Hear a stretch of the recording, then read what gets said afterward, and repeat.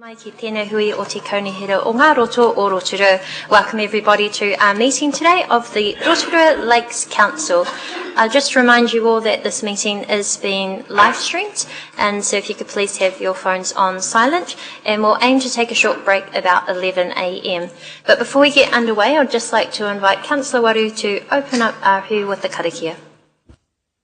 Tēnā koe te manukura, kei noi tātou.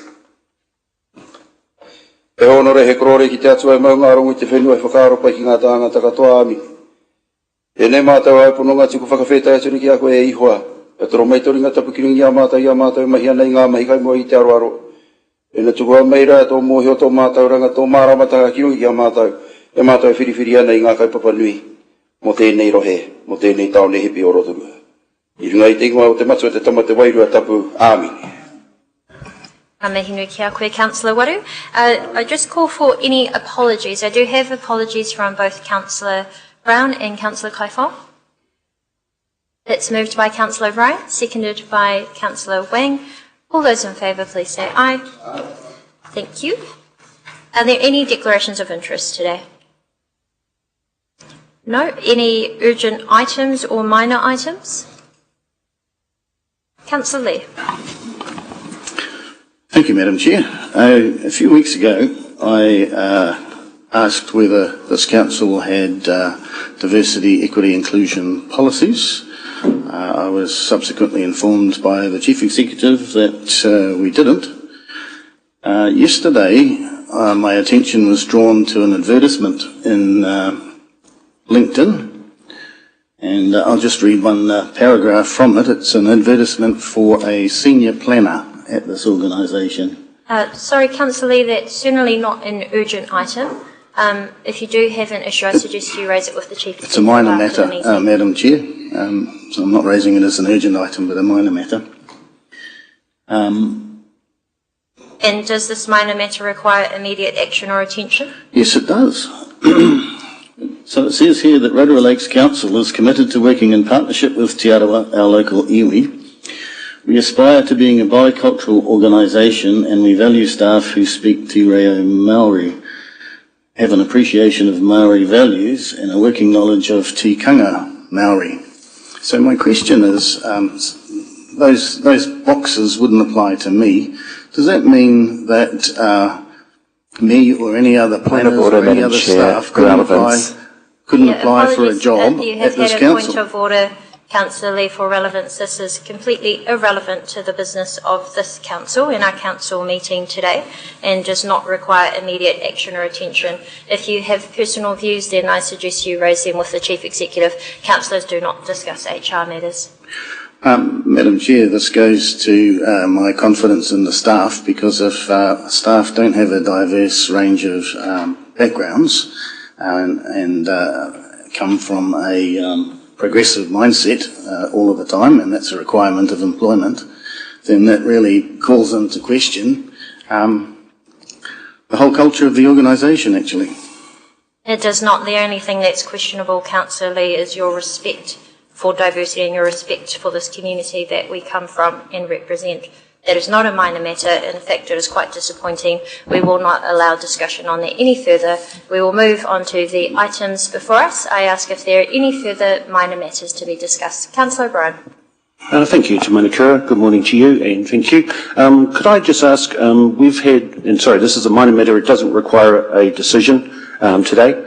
I've had over the weekend, there was a Chiefs game in Tauranga down at the, Bay Oval, I think it's called, the cricket ground. And I've had a couple of phone calls and a couple of texts from people in hospitality accommodation asking how that got to Tauranga. Was that between themselves and the Chiefs, or was that put out for a tender, or was that a deliberate step to Tauranga? Can anyone tell me? I think that would be a question best answered by Rotorua NZ. So if you're okay, I might pass it on to them and ask for an update to be emailed to all the councillors. Yep, that would be fine. Thank you. Yeah, thank you for raising that. Event certainly is a priority for this council. Well, I suppose especially, when we've talked about at this table about reputation rebuild, especially seeing them at a cricket ground was rather, when we have probably one of the best playing surfaces in the country, it seems a bit strange, but anyway, thank you. Thank you very much. There appear to be no further minor matters, so we will move to the confirmation of our minutes. I'd ask that we take all three at the same time. We've got the minutes of the Council hearing on 24th of March, the Council meeting on the 26th of March, and also the Council hearing held on the 10th and 11th of April. I'll just ask if there were any corrections required. No, may I ask for a mover and a seconder? That's moved by Councillor Barker, seconded by Councillor Wing. All those in favour, please say aye. Thank you. We have no public petitions or notices of motion or presentations, so we will move first to our staff report, which is the Roto Iti Rotorua regulatory process hearing. We do have one person who is in attendance to talk to this, but first of all, I'll just ask for a mover and a seconder that this report be received. Moved by Councillor Barker, seconded by Councillor O'Brien. All those in favour to receive the report, please say aye. Thank you. We do have it in our agenda. I'll just check if Stavros needed to overview this at all. Morena Tati Katoa. Thank you, Madam Chair. Very briefly, as you're aware, the sewage reticulation system for Roto Iti Rotorua is about 90% completed at this point in time. There are a number of properties, comprising two parts. One relates to Whenua Maori properties, that's ownership and responsibility to grant consent for on-property installations is relying on Maori court decisions, it's still in progress. There are about 15 properties that have refused to agree to the installation of the pretreatment system on their properties. And those properties have been given a letter outlining the legal framework for which Council requires them to do so. Within that legal framework, each one of these property owners who have received a notice are entitled to address the Council about their views and their objections to such direction. And what you have here today is an opportunity for a property owner to outline their views and their objections to the legal instruction they have received from the Council. Thank you. Thank you very much, Stavros. So we do have John Lawless with us today, and I'd now like to invite you, John, to our presenters table. Thank you for taking the time to be available, and you have 5 minutes to share what you would like with us. Kia ora, koutou te whare, tēnā koe, Madam Chair. My concerns on the East Waititi sewer system. Firstly, Mr. Stavros, I didn't refuse. I had in attendance a young Maori boy who was looking at my property for location of the site. I showed him, because I have two properties side by side. Then another gentleman came out, got a bit aggressive, because I showed him a line that I wanted my sewer system to go down. He objected, and his words was, "I'll take it to court then." I said, "Okay, take it to court," and that's where I left it. But my concerns for the sewer system is probably voicing it for a number of residents in Rotorua. The astronomical cost went from 14,300 to 44,000. Then through a club meeting, which was in attendance, quite a number of residents from Rotorua, Rotoiti, Tarawera, Mamaku even. And that from that meeting, it was brought down to around 22,000. Still an astronomical cost to the community who's I'm voicing for myself and my mum. My mum is 97, and the pressure that put on her was huge, because she's a self-sufficient mum. She likes to do everything herself, and it was concerning for her. It affected her. But in saying that, there was no. Were there any signs of seepage around the lake before the installation of the project put into place? Were there any signs of seepage? Because during the meetings we had at the marae, at Rotorua Marae, and the rugby club, is that those tests were going to be carried out. But to my knowledge, I didn't see any or hear any results from the testing of the sewer systems from the individual homes around the lake, because where my mum is, there's a puna down on the lake edge. My mum stays not far from the Emery store, the Rotorua store. There's a huge puna flowing from the lake edge that comes off the block of land where the project is built. And in my view, we have individual septic tanks, surely. And when we get a number of them into one place, how can we not know that there's not going to be any seepage? We have individual sites staggered around the lake edge, and the development in Rotorua around the lake edge, there hasn't been a lot of homes built. Maybe one old one built, pulled down, and a new one put in its place. But the development in Rotorua is, I've been there for 70, anyway, that many years, and I haven't seen the growth in residential homes around the lake edge. We've seen the modern homes built where the old ones have been pulled down and that. But, yeah, my concern is the actual cost, the cost of it, and I'm voicing for everyone. The seepage, the proof of seepage from the lake to the lake, and the cost, and also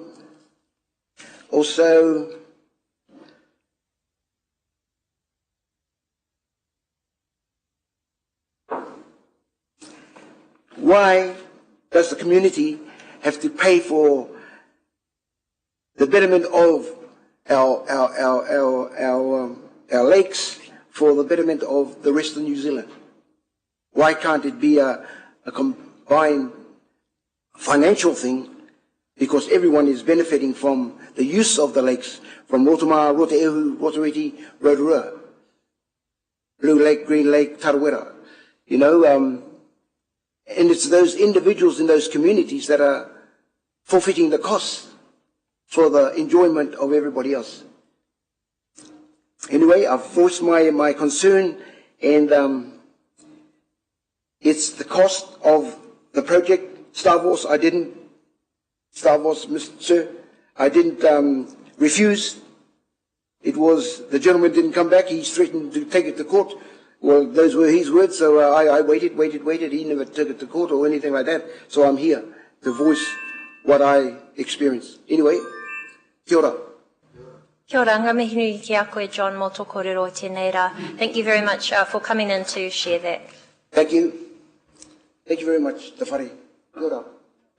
Kia ora.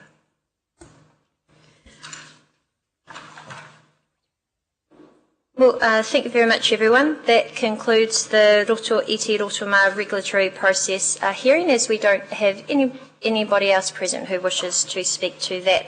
So we will move on with our agenda. We're going to Excuse me, Your Worship. Oh, yes. Sorry, just before we leave that subject, I'm sorry that Mr. Lawless has left. Can I just ask you and the CE about this process that we've entered in today? Because looking at the letter that was attached in the public agenda, which I'm grateful for, it has two logos down, Bay Plenty Regional Council and ourselves. But we're the one with all the contact details, our staff are the ones listed down as the contact, etc., like that, despite it having two signatures from both entities at the bottom. When I first saw this agenda, I was a little bit taken aback that when I think about how many often we go into confidential, whether I agree with those or have concerns about that or not, and when I saw the people listed down with their full names on there, I appreciate no personal details, contact details, but to see their names on there presented as such made me uneasy, I'll be honest. Now, obviously there's nothing we could do. The engine was published, it's done and dusted. But can I just ask, did we seek legal advice if it's okay to put people's names? I mean, now everyone in that community knows who hasn't, shall we say, joined the scheme or given us approval. I might ask the Chief Executive if he I'm has happy for anyone. any comments on this, but I will just note that this is the usual part of a council hearing process. So, as you mentioned, yes, we will not put or publish contact details or addresses, but the people who have asked to speak do have their name listed, and that is public, and hearings are. I take that on board, but normally if I want to speak to a submission as a member of the public, I get that choice to put my name forward. Yes. Yes. So we did have a number of people who requested to speak. Right. Our staff have followed up a number of times with them all, and unfortunately, John was the only person who has chosen to continue to take that opportunity. Sure, and thank you. I take that on board. My just concern is having it out in public. Now everyone in that area knows who hasn't joined up, and I don't know that that's something. Because if I could just give you the example, if I'm sure people from Tarawera are watching this at the moment and anticipating what that letter is that they're seeing in the agenda, and I'm sure have some views on that. I wouldn't want to add to any more, shall we say, issues in communities that's already been raised. So. Through you, Madam Chair, those names are property owners who received a letter directly from us. My understanding that those people expressed a view that they wanted to be heard at some point in time by the council. For your agenda, obviously, we have to list, the names of the people who need to be heard. Sorry, just so you know, the public one does too. I checked it out.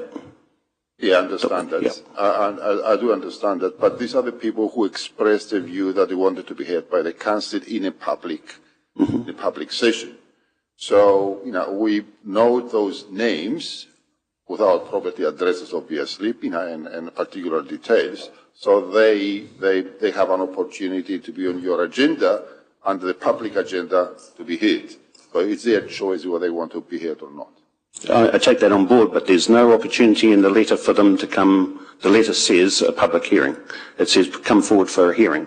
There's no option for them to say if you would like to not be in public. Well, we haven't heard from anyone requesting such, let's say, confidential meeting. You're quite right, but under the legislation, property owners who are not compliant with the regulation, they have an opportunity to address the council, and that's what they give an opportunity. And we don't think that is a regulatory matter that requires a confidential component because it's a matter of public interest. Okay, thank you.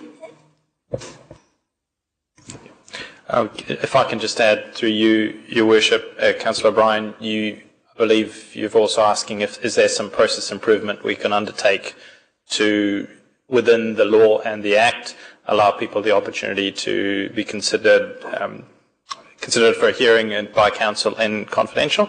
I will take that as an action point to look into that and come back to this council. I suppose the other concern that we would have is what are we giving, if someone has 5 minutes as part of a hearing to explain, say, long-standing issues, how do they put that across in a very brief when there's no written submission? At least with a written submission, someone has the opportunity to put in an extensive submission, and usually they use the 5-minute public hearing as a summation of main bullet points, etc. like that. So that also doesn't sit because, as Mr. Lawless says, some of these people, might have very long-standing other issues around, and 5 minutes doesn't quite seem to me to be a fair gauge on the issue. Thank you, Councillor O'Brien.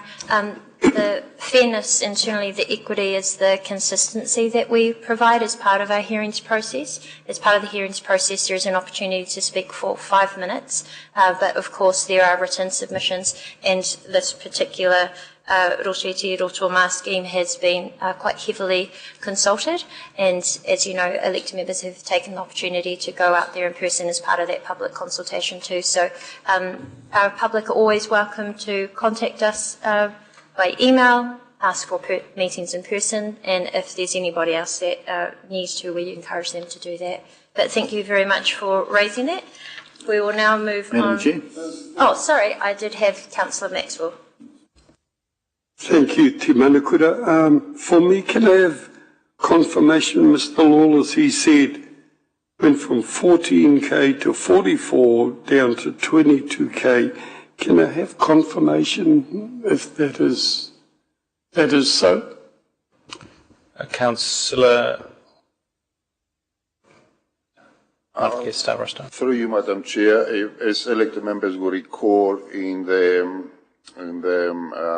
previous, long-term plan, which be where the Rotorua had considered the targeted rate, the initial unsupported rate, target rate for Rotorua would have been up to $45,000. However, elected members received submissions, considered the implications, pursued the money from the MFE, the additional $10 million, and added additional funds into the whole process, and that reduced, the total net target, target rate to about $22,000 per property. So these are all subject matters that were canvassed by elected members during their annual plan and long-term plan deliberations, in view of the submissions you have received. And the target rate at the moment is $22,000, inclusive of GST, where people have up to 25 years to repay. Thank you. Councillor Lee. Thank you, Madam Chair. Mr. Lawless seemed to have two main concerns. One, the astronomical rates at 22K, as he called it. He's got two properties, I understand, so that would be 44K in his case. The other concern, there seemed to be some kind of misunderstanding between him and, was it council staff?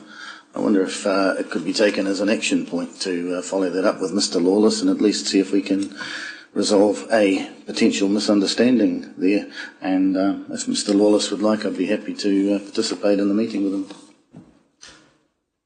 We'll leave that issue with the staff, Councillor Lee, and I'll just remind elected members that following the hearing we do also have deliberations, so the deliberations will, on this particular issue, where we can take all of the written and verbal submissions into consideration before we make a decision, so that will come to our council meeting next month, and I suggest that that's the opportunity for any further discussion on this. Apologies, sorry, Your Worship. Could I just ask about the report that's been presented today? It says on page 8 of our agenda, with reticulation now available, existing on-site effluent systems without a resource consent will no longer be permitted under the Bay of Plenty Regional Council's rules, etc., offset plan. So I see the letter is signed by both entities. Are they taking care of that on that part? Or is this letter sort of covering both areas? Excuse me. I appreciate that it's up to us to, sorry, for want of a better word, prosecute the matter of people not joining, because it's our scheme. But on that paragraph, is this also taken care of by us, or is Bay of Plenty going to be sending another email out? Oh, sorry, another letter. Again, through you, Madam Chair, the purpose of the joint signatory onto that letter is just actually explain to the individual property owner that the septic tanks called offset system on their property is not compliant, and there will be no resource consents issued for a change to that system. We are the owners of the reticulation system. Rotorua Lakes Council is the owner of the reticulation system, and we are the initiators of setting the targeted rate for that reticulation system. So we are leading the enforcement, but the Bay of Plenty Regional Council are supporting us in terms of confirming that offset systems that are not compliant with the other reticulation or the I-rated system are no longer compliant, so people cannot have any doubts that they have any option to maintain an septic tank operation. If they opt to do that, then obviously between us and the regional council we need to follow with further legal action to that effect. Thank you. So can I take on that then that Bay of Plenty will not take any further action, Bay of Plenty Regional Council? This is for us to deal with the landowners and try and get them connected, That's for want of a better... Because we are the requiring authority for the property owner to connect to our reticulation system. Right. So even though the rules are set by Bay of Plenty Regional Council, we're effectively taking over the enforcement and compliance, is that? Or under the terms of our statutory authorities, yes. Okay, thank you. And just my final question, Your Worship. In February, at the I&E meeting, we had an update from Mr. Michaels, which approximately had the same amount of numbers on properties, but we also had a number of mana whenua land that was still also discussed. Can I ask what's the situation with that? So if we're sending this letter out to individual landowners, what's the process? Just for if we get asked about it by these landowners, are we running a fair and equal process across the board? Through you, Madam Chair, yes. As I said earlier, a number of whenua Maori properties, which means multiple owners, are going through a process with the Maori court to identify who the legally representatives of those multiple owners are, so we can have a direct legal and statutory exchange with them. Once those representative authorities of a whenua Maori property have been identified through the Maori court, the same process will be followed with them. So can I ask, so this process, the Rotorua scheme has been the best part of what, a decade approximately? Sorry, admittedly COVID being a part of that? 2017. So why has this process taken so long to identify those individuals or groups? Well, I can't be specific about the difficulties the Maori court has to actually distinguish between multiple beneficiaries of a land, multiple ownership of Maori land, as to who the appropriate authorized representatives are. Maori court requires a time to go through these processes. I am not an expert in that, Councillor O'Brien, but if we want, we can get some more advice from more knowledgeable people on the Maori court processes. Okay, thank you very much, Your Worship. Thank you. And just to be clear, it is in legislation that Council does not have the mandate to identify mana whenua. That has to be a process of the Māori Land Court. So we unfortunately wouldn't have much more influence to help on that. We will just let the process run its course. And if there are any further questions or comments on that, we will bring them forward in deliberations next month. So we now have a deliberation on proposed disposal of Ranginui Street Reserve. I would like to ask for a mover and a seconder to receive this and then invite Rob and Mel to overview the report and speak to it. So that's moved by Councillor Maxwell, seconded by Councillor Waru. All those in favour to receive the report? Madam Chair, as I mentioned at the last meeting when this was raised, I have a personal connection, so I will withdraw from this discussion. Thank you. Thank you, Councillor Patterson. I'll just check. Any against? That is carried. So we have Rob Piketty and Mel Barnett in front of us, and also Alex Wilson. So we'll hand over to you to overview this report. Elected members, we're on page 15 of your agenda.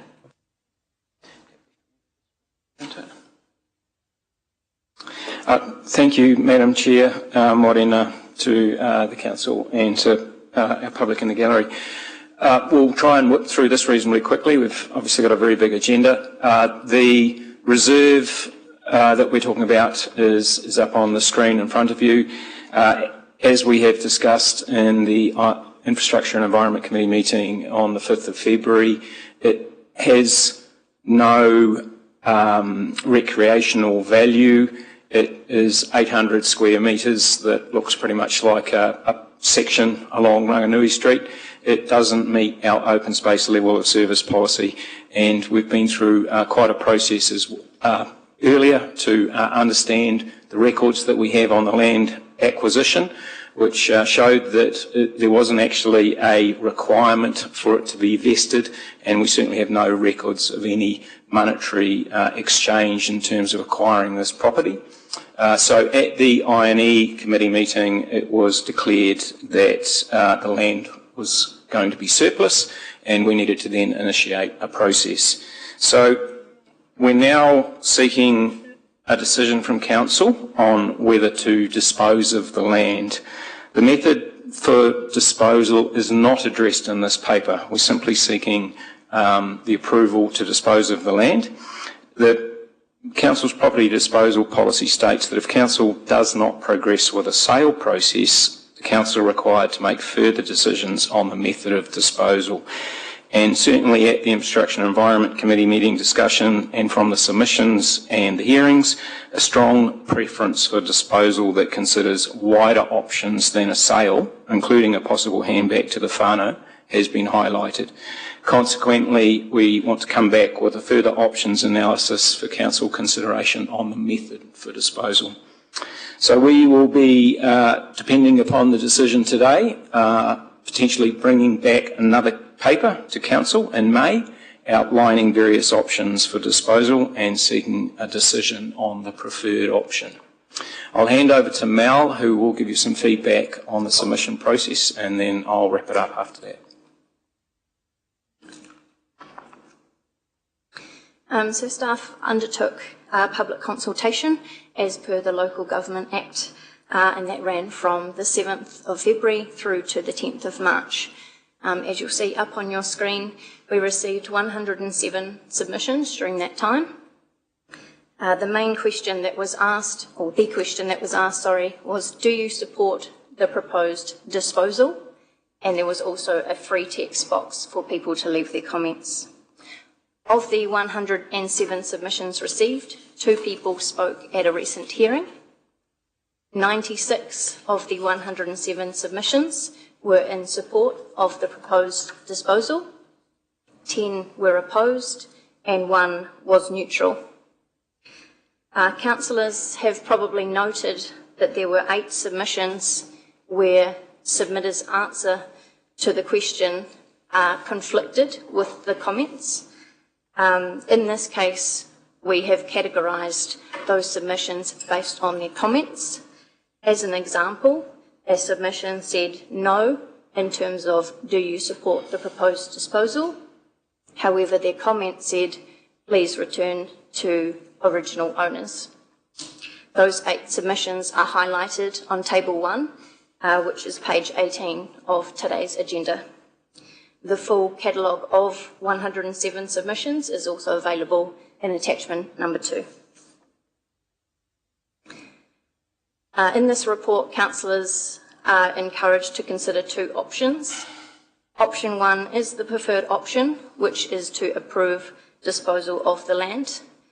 As Rob touched on, the next steps following this would be to return to council with another paper with options and a recommendation as to the final decision of disposal. Option 2 would be no action taken. Council would retain the land and continue maintenance mowing. So option 1 is the preferred option. Thanks, Mel. And just a final bit on some of the other considerations or highlights on other considerations in the report. On the financial perspective,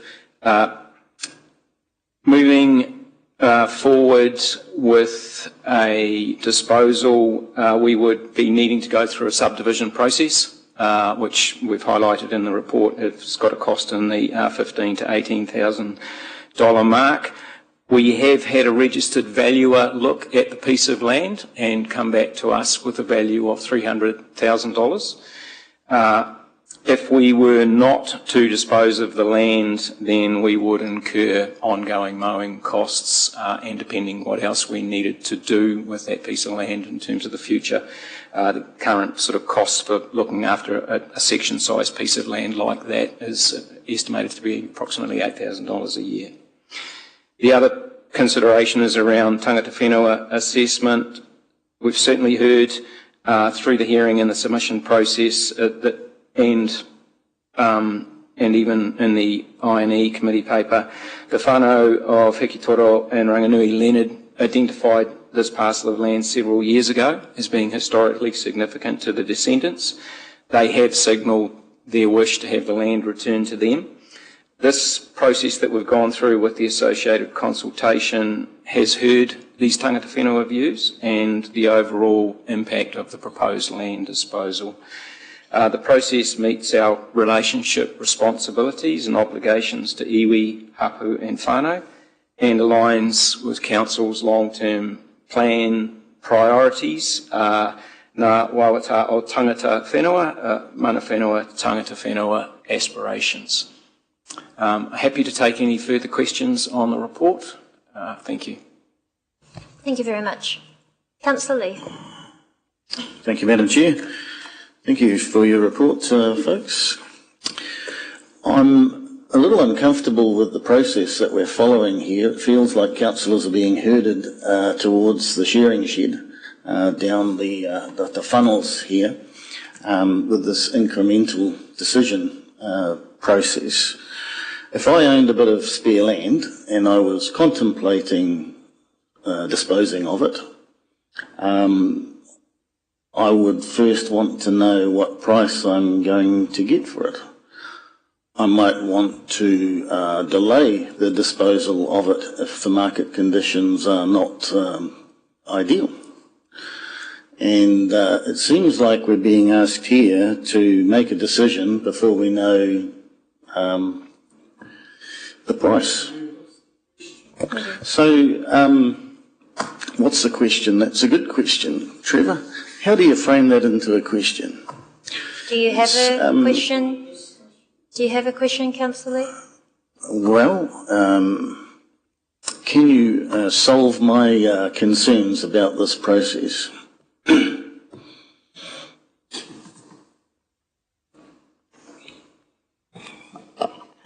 Through you, Madam Chair, we were utilising, I guess, the steps within the policy. So we believe this follows best practice. So to step through the decision to take a hearing, to hear from the community around what their preference to dispose or otherwise is. This is seeking a decision based on that, and then we can undertake the analysis for council to make essentially a decision on what the next steps will be. So this is really stepping through as the policy outlines for us. This is best practice, huh? Would there be an option in next month's agenda to not proceed with the disposal, or does this decision today lock us in to disposing of it at whatever cost? You have just had that answered. I don't believe so. This is the decision now, whether or not we dispose of the land. You've had it answered here. I've explained that to councillors in an email, just for clarity. But I will invite the Chief Executive to provide any additional comments. Thank you, Madam Chair, and through you, Your Worship. I just want to, just important to highlight the difference between a reserve and commercial property from the way Council views it. So, Councillor Lee, in your question, you talked about as the owner of some property, you might make a commercial decision, and that would be appropriate, and that's how Council would approach some commercial property that Council owned. In this case, it's a reserve, and so we would approach it according to our policy on reserves. So, hence the distinction.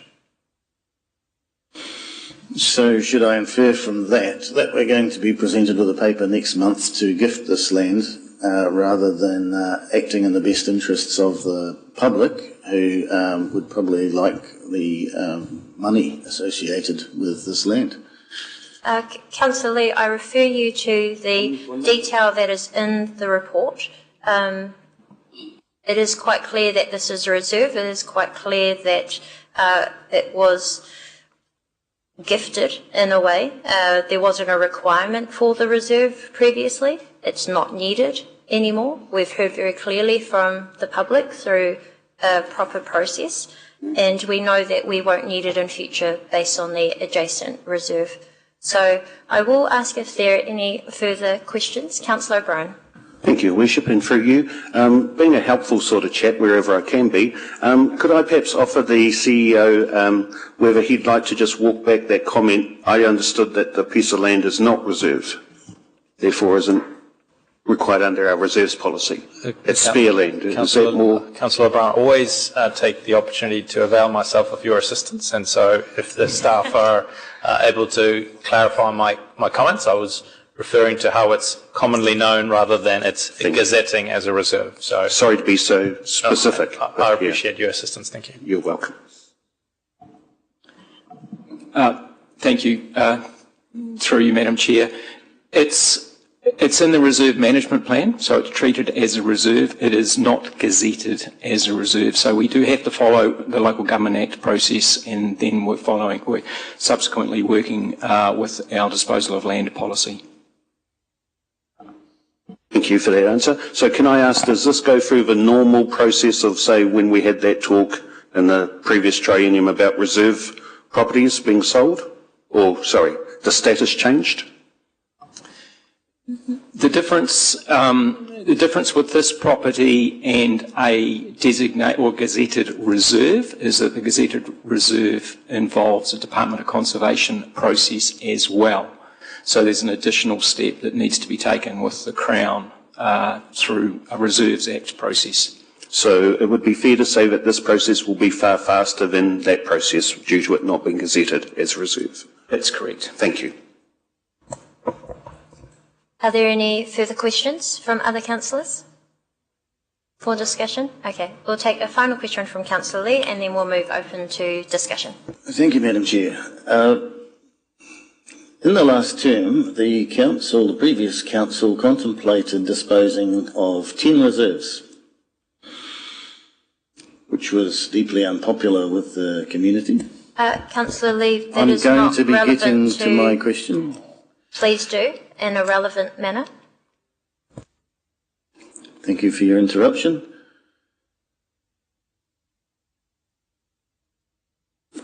At that time, the statement of proposal said they would be consulting on in-principle support for the direct sale of some of those reserves to Kāinga Ora. Councillor Lee, sorry, that is not relevant to It's absolutely relevant, decision Madam to Chair. dispose of this land. I need to understand if I'm going to be making a decision, Madam Chair. I was just told that the reserves policy precluded us from selling reserves. Well, how come we were going to be selling these other reserves to Kāinga Ora? Yes, so that's no longer an issue. That was actually at the first meeting of this council. We reversed that. It's not going to happen, Well, so we'll move on. But it demonstrates that we can sell it for a financial value if we so pleased. And it would be financially imprudent not to. And did you not get elected on a platform of stopping the spend? And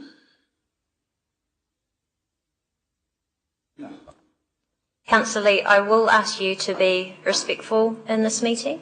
We certainly don't need personal attacks. This is actually quite a straightforward decision that has been through a very good process. I'll just ask if the staff have any final comments before I allow councillors any discussion that they may have. Just in relation to that question, there is nothing in this process that hasn't followed Local Government Act, which does require public consultation, and then our asset disposal, property disposal policy. The difference between this and the earlier discussion on 10 reserves some years ago is that there was a combination in that process of some actually being gazetted reserves and others not. So this process is slightly different because it didn't have to involve that Crown step, which was the step after the consultation, which was very clearly heard by the council at the time. are you saying that if we had a gazetted reserve, we could get sell that reserve for money, but if it's not a gazetted reserve, we can't? No, I'm not saying that. I'm saying that both of them could have the same type of outcome. It just depends on whether you have to go through a Crown step in defining that it's not needed for recreational purposes, and then also there's a secondary complication in that how the council acquired that reserve, because if it was gifted to the council from the Crown, it would actually go back to the Crown for them to decide what to do with it. So it's a more the previous example was a much more complicated process than this one. Do we have the option of selling this reserve for money? At the paper that comes back to the council for the May meeting, it will explore all those options, and that will be one of them. Thank you. That was painful. We'll now open up for discussions. Councillor Maxwell.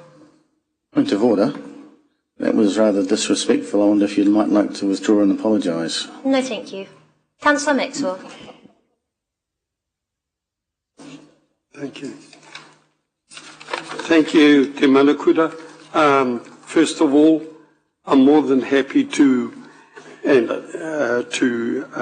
support the motion that is here, motions 1 to 5, in support of this.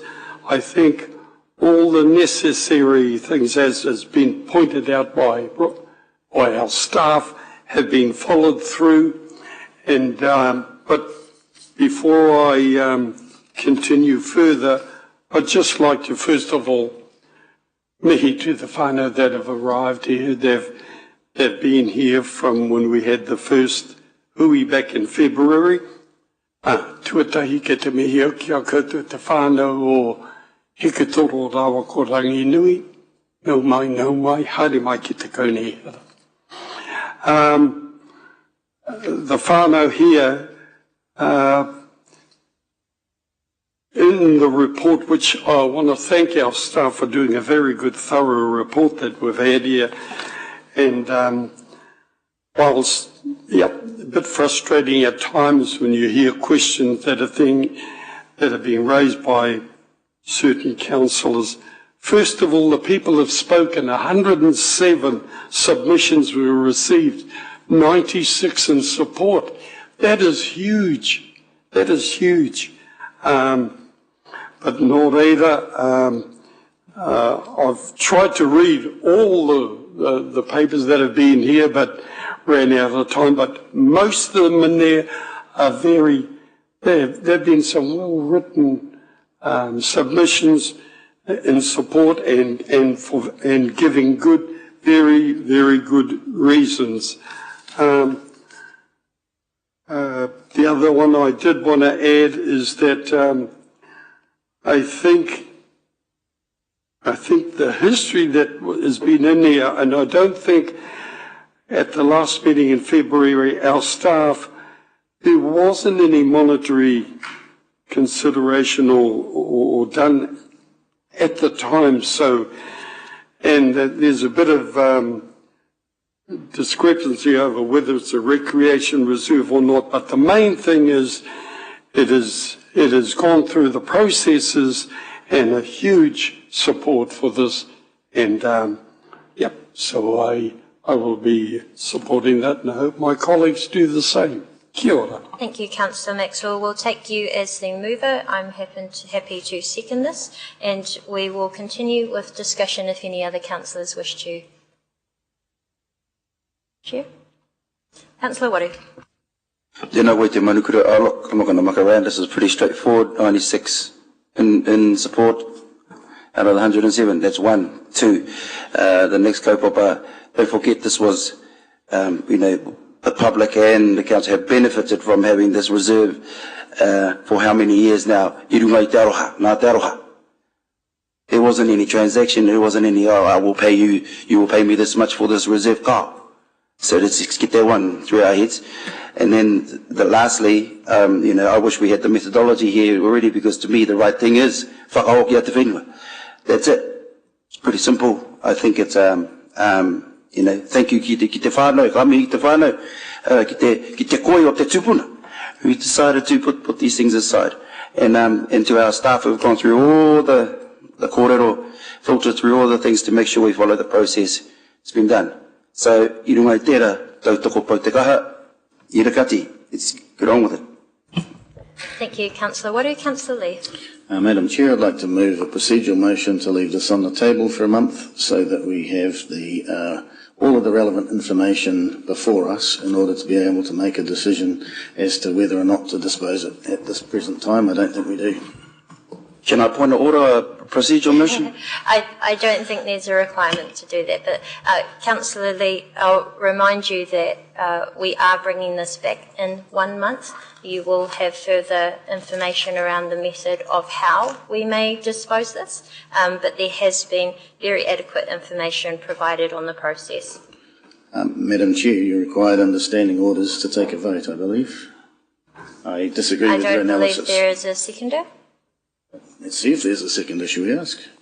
Yeah, there's. Your Worship, sorry, just before, I hope you don't mind, can I ask what actual, through the Chair, what further information does Councillor Lee seek? Like, what's the point of putting it back? I don't know, through the Chair, I don't know whether we ought to be disposing of it or sitting on it, because we don't know how much we're going to get for it, or what other factors are going to be presented in next month's meeting. So I think we need to have whatever content. Point of order, Madam Chair. No second. It's in the information, the evaluation. Yeah, I thought there was evaluation. Yeah. I think I'll just explain. So there is no seconder, Councillor Lee, so that procedural motion is not able to be put forward and no requirement to be put to the vote. But I do just remind councillors that in order to get to that stage where, first of all, the first decision that's required is whether or not we do dispose of this land. So that's the only matter before us. Again, the how we dispose of the land will come to us in the next council meeting in May. So if there's any further discussion, I just invite councillors to let me know now. Councillor Wadu? Just a comment. I think the word disposal is probably not the best word we could use. It might be return. Kia ora. Thank you. Councillor, you have a final point? Yes, on behalf of the ratepayers, I think it's imprudent to make a decision at this time as to whether or not to dispose it when we don't have the options that we will have before us in next month's report. So for that reason, I'll be voting against. Thank you, Councillor. And I do remind you once again, as a matter of process, Council must first of all decide whether to dispose or not, and then the matter of how comes later. And I do believe that the public would appreciate that, because there is certainly no predetermined views on how that could happen. And the staff have mentioned they'll come back with all of the options. I'll just close us off, Councillor Brown. Thank you, Your Worship. I'll be voting in support, but can I just ask, just to try and save us some time, either next month when this comes back or whenever the report comes back, when Councillor Lee says he doesn't know what the market value is, so there was a valuation put in at least one report, if not two. I'm sorry, I hope you don't mind, if we could just try and identify what Councillor Lee's concern is. If we already have a valuation stipulated, are you saying we have an auction first and just see what it is and then... forgive me, I'm a bit lost what the point was. Yes, thank you. And I do just highlight that on page 19 that valuation is provided. But I will just close this off with the comment from myself. Madam Chair, I do require a right of reply, given that Councillor O'Brien referred to me and asked for a response to the question. There is no right. Councillor Lee. Of course there's a right of reply. Councillor Lee, there is no right of reply on that. No. But I am fully aware of the price that was... The right of reply is only from the mover and the seconder, which is Councillor Maxwell and myself. I am aware of the price that was in the report. So in answer to Councillor O'Brien, there is further information coming next month that I would want to have before me to make a decision. Hope that answers your question, Councillor O'Brien. That is precisely what we've been trying to explain to you. But anyway, we will wrap this up. Once again, it is very straightforward. We look forward to getting to a discussion further if this is passed, but I do once again want to acknowledge the family. I want to acknowledge the history of this piece of land. The history of how council acquires land has not always been a positive one. There certainly has been many grievances experienced by families, and particularly Hapu and Iwi, and I do want to acknowledge that this land was actually provided to council and gifted for the wider public enjoyment without any transaction taking place. So do acknowledge the previous owners of this land. And I do also just want to mention, what's your point of order? My understanding from the report is that there was no evidence available as to how the land came into council's ownership. The assertion that no, it was that's a gift. incorrect. There was no evidence of a transaction. It was very clear, the evidence from the family to council, so that's not point of order. But I will carry on. I do want to acknowledge for our public who may be concerned about the costs, is that this is also actually a very good decision to dispose of this land, to stop the spend and to reduce the cost on council. There is ongoing costs from grass mowing and general maintenance that is already costing the ratepayers $8,150 per year. So this land has cost a bit to maintain. It has not been required to be used, and so I am supportive of disposing this. So I will read out in full the recommendations before us and then put this to the vote. Yes. Thank you, Councillor Maxwell. Thank you for your words too as well. From me, I just want to say thank you, colleagues, but first of all, I want to acknowledge the generosity of the whānau. They're not asking for 2 properties, which they have kindly given to us since 1955. It's the smaller one beside the other property that they'd like seeing a return, and our staff have done a thorough homework on it, and I just wish that some of our people who are being a bit disrespectful would actually read the comments from the people who have spoken. That's huge. 90% have come back and have agreed with or have urged that we give it back to the family. But with that, so it'll be coming back in a month's time, and I do hope that Councillor Lee does do some more homework instead of taking up our time in that here. Nō reira. Kia ora. Thank you. So I'll read the recommendations out. That the Council notes that following approval from the Infrastructure and Environment Committee, public consultation on the proposed disposal of Ranginui Street Reserve, as is required by Section 138 of the Local Government Act, occurred in February-March 2025. That the Council take into consideration the submissions from the public consultation as part of their decision-making process on the proposed disposal. That the Council approves the disposal of the land between 21 and 23 Ranginui Street, Ngongotaha. That the Council notes that, subject to Council approving the disposal of the land between 21 and 23 Ranginui Street, a decision on how the land will be disposed of would be made by full Council at a later Council meeting, and that date, just for the record, is 28th of May. That's been moved by Councillor Maxwell, seconded by myself. I will just ask if you can raise your hands, please. All those in favour? Thank you. All those against? Any abstentions? No. Thank you very much. That is passed. We now move. Thank you, Councillor Patterson, and we will note you as an abstention and did not participate. Thank you. We now move to the Housing and Business Development Capacity Assessment on page 22 of our agenda. And may I please have a mover and a seconder to receive the report Housing and Business Development Capacity Assessment, Housing and Business Development Capacity Assessment Summary Document, and also the main report. That's moved by Councillor Waru, seconded by Councillor Wang. All those in favour to receive this, please say aye. Aye. Any against? And we invite JP and Damon to overview this report. Thank you. Good morning, everyone, and good morning, Your Worship. We've got a short presentation just to reasonably quickly move through, just to pull out the key points from what is a statutory requirement for us and a very technical statutory requirement. So I'll hand over to Damon just to slowly start guiding us through, and it gives us a chance then to loop back for questions at the end. Morning, everyone. Just quickly go through. Yeah. As JP said, look, I suppose the Housing Business Development Capacity Assessment is critical from a planning perspective within our council because it provides like a I guess, a foundational evidence base for the planning that we do around both housing and business. So I think particularly it informs our plan changes, but also our future development strategy processes, which is critical for obviously anticipating how we address demand.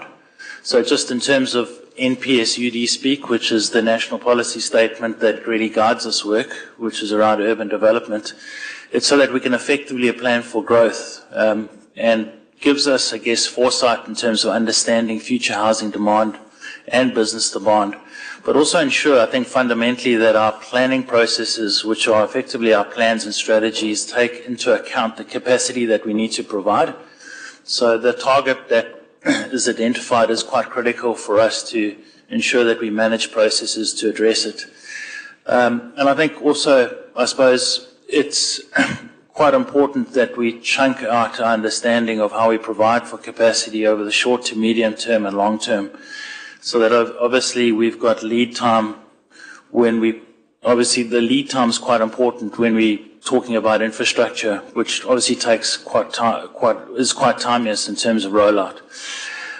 So just in terms of the types of, I guess, strategies and plans that are informed are obviously quite fundamentally from our planning team side, it's the district plan, but also the infrastructure strategy takes some direction from this, as well as the LTP planning processes and the regional land transport plan, which is obviously managed through regional council, but we provide a critical input into that.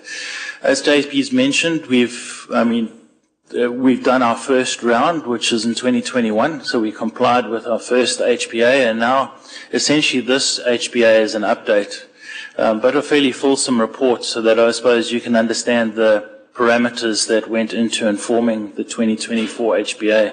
But a fair amount has happened since 2021, both from an international economic climate perspective, but also from our own internal planning processes. Just in terms of how we understand capacity, effectively the NPSUD requires that we have sufficient development capacity. So essentially we provide for the supply that needs to meet our housing demand. But it goes further in saying that we mustn't just meet demand, we also need to meet demand plus a specific percentage. In the long term it's 15% to allow for healthy housing competition. But if we look at that diagram there to simplify it, we have different aspects of capacity. The first is what's enabled through our district plan, which we call plan-enabled capacity, and those are obviously the modifications of our rules to enable development. But capacity is not limited to that. Obviously, it then narrows when we talk about how much capacity is informed by infrastructure. So the infrastructure-enabled land obviously narrows our ability to service capacity, and then further to that is there's a component of that is commercially feasible. Not all infrastructure-enabled land is commercially feasible. So, and then beyond that, even the commercial feasibility or feasible land is also reduced when it comes down to certain constraining factors like landowner interest, different types of tenure. So then we end up with what is reasonably expected to be realized. And that's an important number that we have to bear in mind when we start planning, because if we're not meeting that component, then we need to obviously address our tools in our toolbox as council to ensure that we obviously enable the market to function. So just in terms of our household growth, I think critical when we start doing these planning processes is ensure that we obviously understand household demand. And essentially what we've taken as council is the medium growth projection. So you get a high growth and a low growth and a medium, and we've taken the medium growth scenario. And I think what's quite critical to understand is that post-COVID, which was a shock to both the economy and I suppose our inward migration numbers have tracked back up. So the growth projections, we're back on that same curve of growth. So our demand picture hasn't really altered that much since COVID. And just on that slide, I'd just make a note too that there was a bullet point just referencing our medium growth scenario, which is we use Infometrics is actually very close to the Stats New Zealand high growth. So I've reported here previously about the government's Going for Growth agenda, and one of the elements of that was to start using Stats New Zealand high growth as the baseline for making projections. So the fact that ours is very close means that when and if those changes are made, we can quite quickly update this report so we're quite clear about our capacity requirements. Yeah, that's a good point. And I think just in terms of this slide, it takes an historical look back at growth, right back to 1935, and it shows you that, I guess if you smooth out all the sort of ups and downs with respect to growth, we generally have been in a 0.8% trajectory. But I think particularly from a more recent planning perspective, it's quite useful to have a look at, I think, that 0.4, I don't know if you can see it at the top there. That shows you a flat line from around 1995 through to 2015. And I guess from a planning perspective, you know, our previous operative district plan had taken those decades into account, and the fact that we've had very little growth, but you can see it steeply tracks up from 2015 when the last district plan was developed. Hence our need to respond more proactively to growth, which we did through Plan Change 9 and obviously our future development strategy. So, but I think over time we've had a general growth trajectory. And I'll just add to that, and the reason why we keep repeating this slide is often we have community members who say, hey, I saw last year's Stats New Zealand subnational population estimates and they went backwards, so therefore stop. It's all wrong. There is constant fluctuations based on macroeconomic situations, local economic situation, migration settings, and we cannot build a planning cycle on yearly on, off. We have to take a long-term view. So again, this line is higher than our projections for the next 30 years. So we actually are using a more conservative projection than has been experienced for the last 40 years. Yeah, I think just sort of jumping to the end of the assessment really is how do we understand our reasonably expected to be realised number? And effectively, it's what we call a housing bottom line, which is that red. If you look at the red columns right in the corner there, we've got hatched columns in this graph, and we've also got solid. So the hatched, just for information purposes, is our 2024 HBA outcomes, and the solid columns are 2021 outcomes. So just for comparative purposes, you can see the differences. But I think just starting with the red columns, that's really our housing bottom line, which is that demand figure that we've got to meet for housing, plus the additional 15% in the long term to ensure that our market functions well. And you can see by the blue columns, particularly focusing on the hatched, is that we've got a bigger reasonably expected to be realised number than the demand number, and that's the situation we want to be in. We want to be in a net positive situation.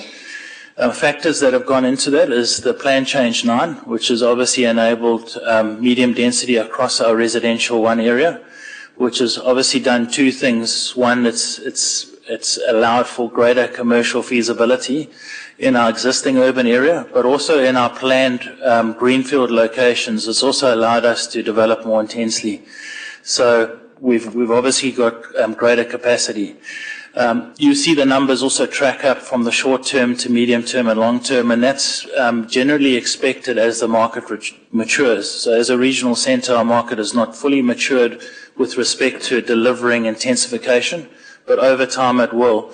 And I guess going back, you'll see in that report that was attached, it'll show you that we have already seen, even in the short term, significant changes with respect to the uptake of intensification. So I think there's a figure in there that says 38% of all, I suppose 30% of our dwellings was the dwellings which had a floor space of around 120 metres squared, which compared to, I suppose, even if you compare it to other parts of the country, it's a significant change, and that was due to the application of the MDRS. So we can start seeing developers are taking that up. So I think we're in a good situation from a sufficiency test, and that's the test that obviously is quite critical with respect to an HBA. I think I've mentioned all of those points. Yeah, and I guess that that dotted line really shows how the sufficiency increases over time. I've touched on that aspect, which is the sufficiency of housing capacity test, which is, I guess, for planners, the problem for us would be if there's a greater demand, plus that obviously margin than the regional expected to be realised number, because then we know we're not meeting demand and we're not facilitating development. And that's quite critical because, for two, I think, key reasons. One is if we don't do that, obviously, we don't provide sufficient infrastructure, and our planning, I suppose, our planning gets impacted negatively in terms of how we align planning to how we align delivery to our planning processes, but also it has an effect on housing prices. So if you're obviously not providing sufficient land that's available for housing delivery, it constrains the market and housing prices increase, which is certainly what we don't want. Obviously, a key externality of this is to create a more affordable housing market. So that's why sufficiency is quite important. Again, repeating our 2021 HBA had us in category 1 of those bullet points, which was a deficit. So Plan Change 9, the intensification plan change, and the focus on making sure our 30-year infrastructure strategy and therefore our applications for stormwater investment, quite significant stormwater investment, moved us through this process from 2021, where we were in a shortfall, to now having a projected surplus. So that's the capacity space we need to be in, and makes us in a very good position for when the government makes its further decisions about the going for housing growth and some future decisions for council. And I think just adding to the plan change, I suppose the FDS has provided more certainty in the longer term. So obviously the plan change hasn't zoned all the long-term land, but we've identified areas where we will open up more land for potential development in the future, and we can obviously build that into the model so we can understand where we're going to deliver future housing. So I think just that was the housing picture. There's also the business picture. So I think, like I suppose the population growth scenario, we have seen even sort of stronger growth since COVID in our jobs market. So if you can see it too clearly, but between those two parallel black lines, you can see there's a yellow. It sort of looks like a tick, which is the dog's leg, I suppose. It's showing you the shock to the economy during COVID. And obviously that's where we saw job losses, particularly impacting the tourism sector. But we've seen a significant bounce back with respect to that. In fact, the projection going forward is reasonably good growth. And that's obviously based on our Infometrics projections. So that dotted line sort of shows the trajectory going forward, and you can see that yellow line takes us back up to the medium and longer term, I suppose, curve. Just in terms of business growth, again, the hatched and solid blocks, the solid bars reflect 2021 HBA and 2024 HBA is the hatched. You can see there in terms of the amount of developable land that we need to provide for. The picture is about 100 hectares of development land we need to provide to meet demand. And you can see a fair amount, obviously, in the industrial and commercial, which we'll get to a bit later. But you can see the capacity numbers are slightly higher than our 2021 HBA, and that was due to the additional capacity that we provided for, particularly in the long term, through our FDS. So if you look at the business growth composition and related to that, is 39% of that land that's demanded is in the industrial sector. And I think quite critically, if you can see obviously 40% relates to commercial, but I think the difference is if you look at industrial activities, they tend to be more land hungry. And they can't be accommodated in mixed-use typologies like you would have in terms of commercial, retail and office. So from a planning perspective, that 39% is more of a poignant number for us to respond to, because we know that obviously there needs to be some sort of planning solution to address that. So if you look at the sufficiency picture of business capacity, you'll see that that we are sufficient with respect to providing for business capacity. But I think there's an important caveat there, which is the fact that, you know, we've got Pekka Block, which provides for significant, I suppose, heavy industrial capacity, but where we're seeing a growing need is in the light industrial component. So in order for us to fully service the industrial sector, we need to provide more light industrial capacity in the right locations in order to enable that sector's growth. So things like warehousing that's close to State Highway 30 that has a direct route through to the port is quite critical in order for us to service that growing demand within that sector. So that's where it's nuanced. Even though the FDS has provided for, I suppose, development opportunities within that sector, in order to realize that capacity, we need to zone more light industrial land. I think just getting to the overall conclusion in terms of taking back how we've, I guess, met the tests within the policy, I think important first test as a Tier 2 council is that we need to provide least sufficient capacity to meet the expected demand for both housing and business growth. And as you've seen by the sufficiency tests, we've met that test. It's important to note that we've also met Policy 5, which is saying that effectively the level and type of development opportunity is not just enabled, or is enabled in the right locations. And I think it's quite important to note that location across the district is not neutral. You know, there are certain locations that enable density in, you know, based on the fact that they have a number of other factors that support it. So if you look at town centres, for instance, and smaller centres, they've got commercial activity, they've got open space, they've got parks and reserves, etc., that can service that. And if you look at how we responded from a policy perspective, we enabled more density around our town centres by increasing the height around our smaller centres, and we've also introduced the high density zone, which is proximate to our CBD, and obviously increased the heights within our CBD as well. So that created capacity in locations where you would expect to see greater development over time. It's also met the Policy 1 test, which is planning provisions to encourage development patterns that contribute to a well-functioning urban environment. So that goes beyond just the residential, looking at the business as well. In order for us to well function, we need to obviously have zoned land delivered on time, and we also need to have a strategy that identifies future potential for unlocking that zoned land. So I guess when market economics, or the service providers that did this work, looked at our capacity environment, they looked at also our planning frameworks that we've put into place, and I suppose be the pipeline of work that we need to deliver going forward in order to unlock that opportunity.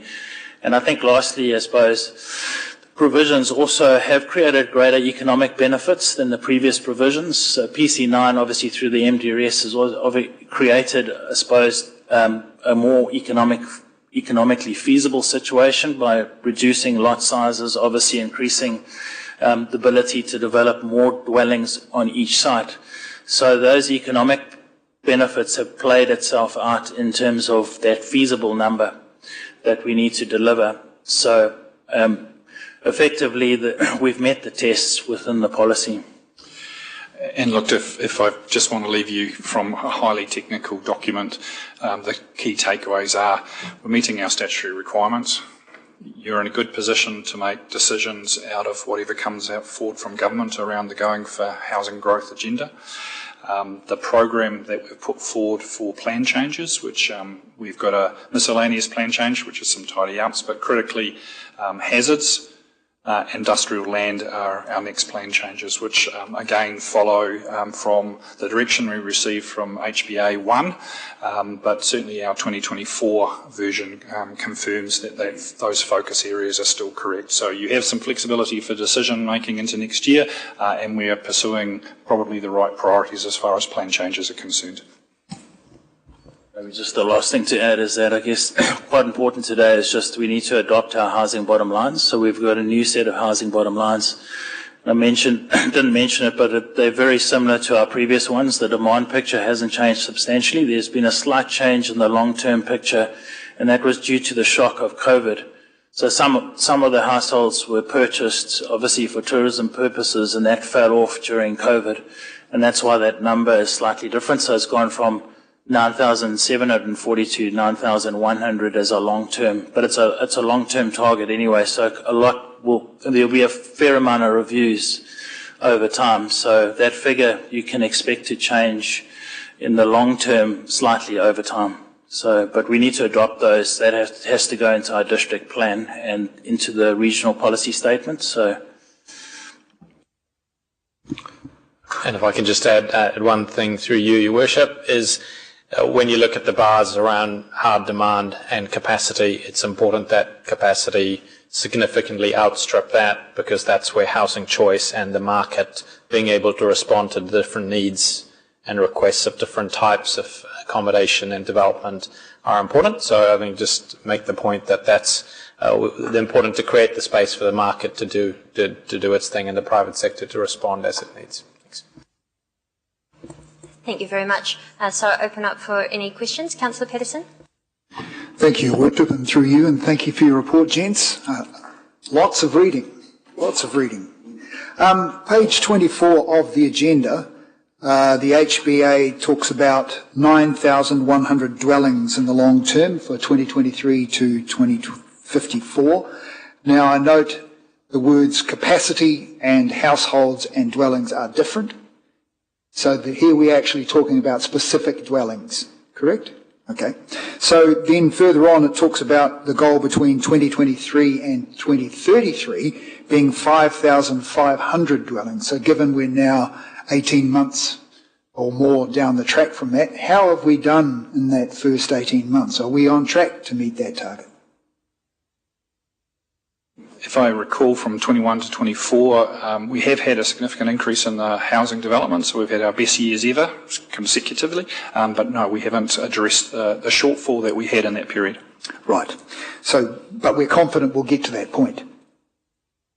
It's a projection, Councillor. So again, our job is to make sure that we've got capacity from good rules, zoned land and infrastructure enabled for the market and for the world to determine where they want to live. Fair enough. So may I carry on, Madam Chair? Just a few more questions. So then it talks about on page 25, shortfalls in higher density typologies and in the central urban area due to limited feasibility. So why is there limited feasibility? Actually, I'll go back to this, Councillor.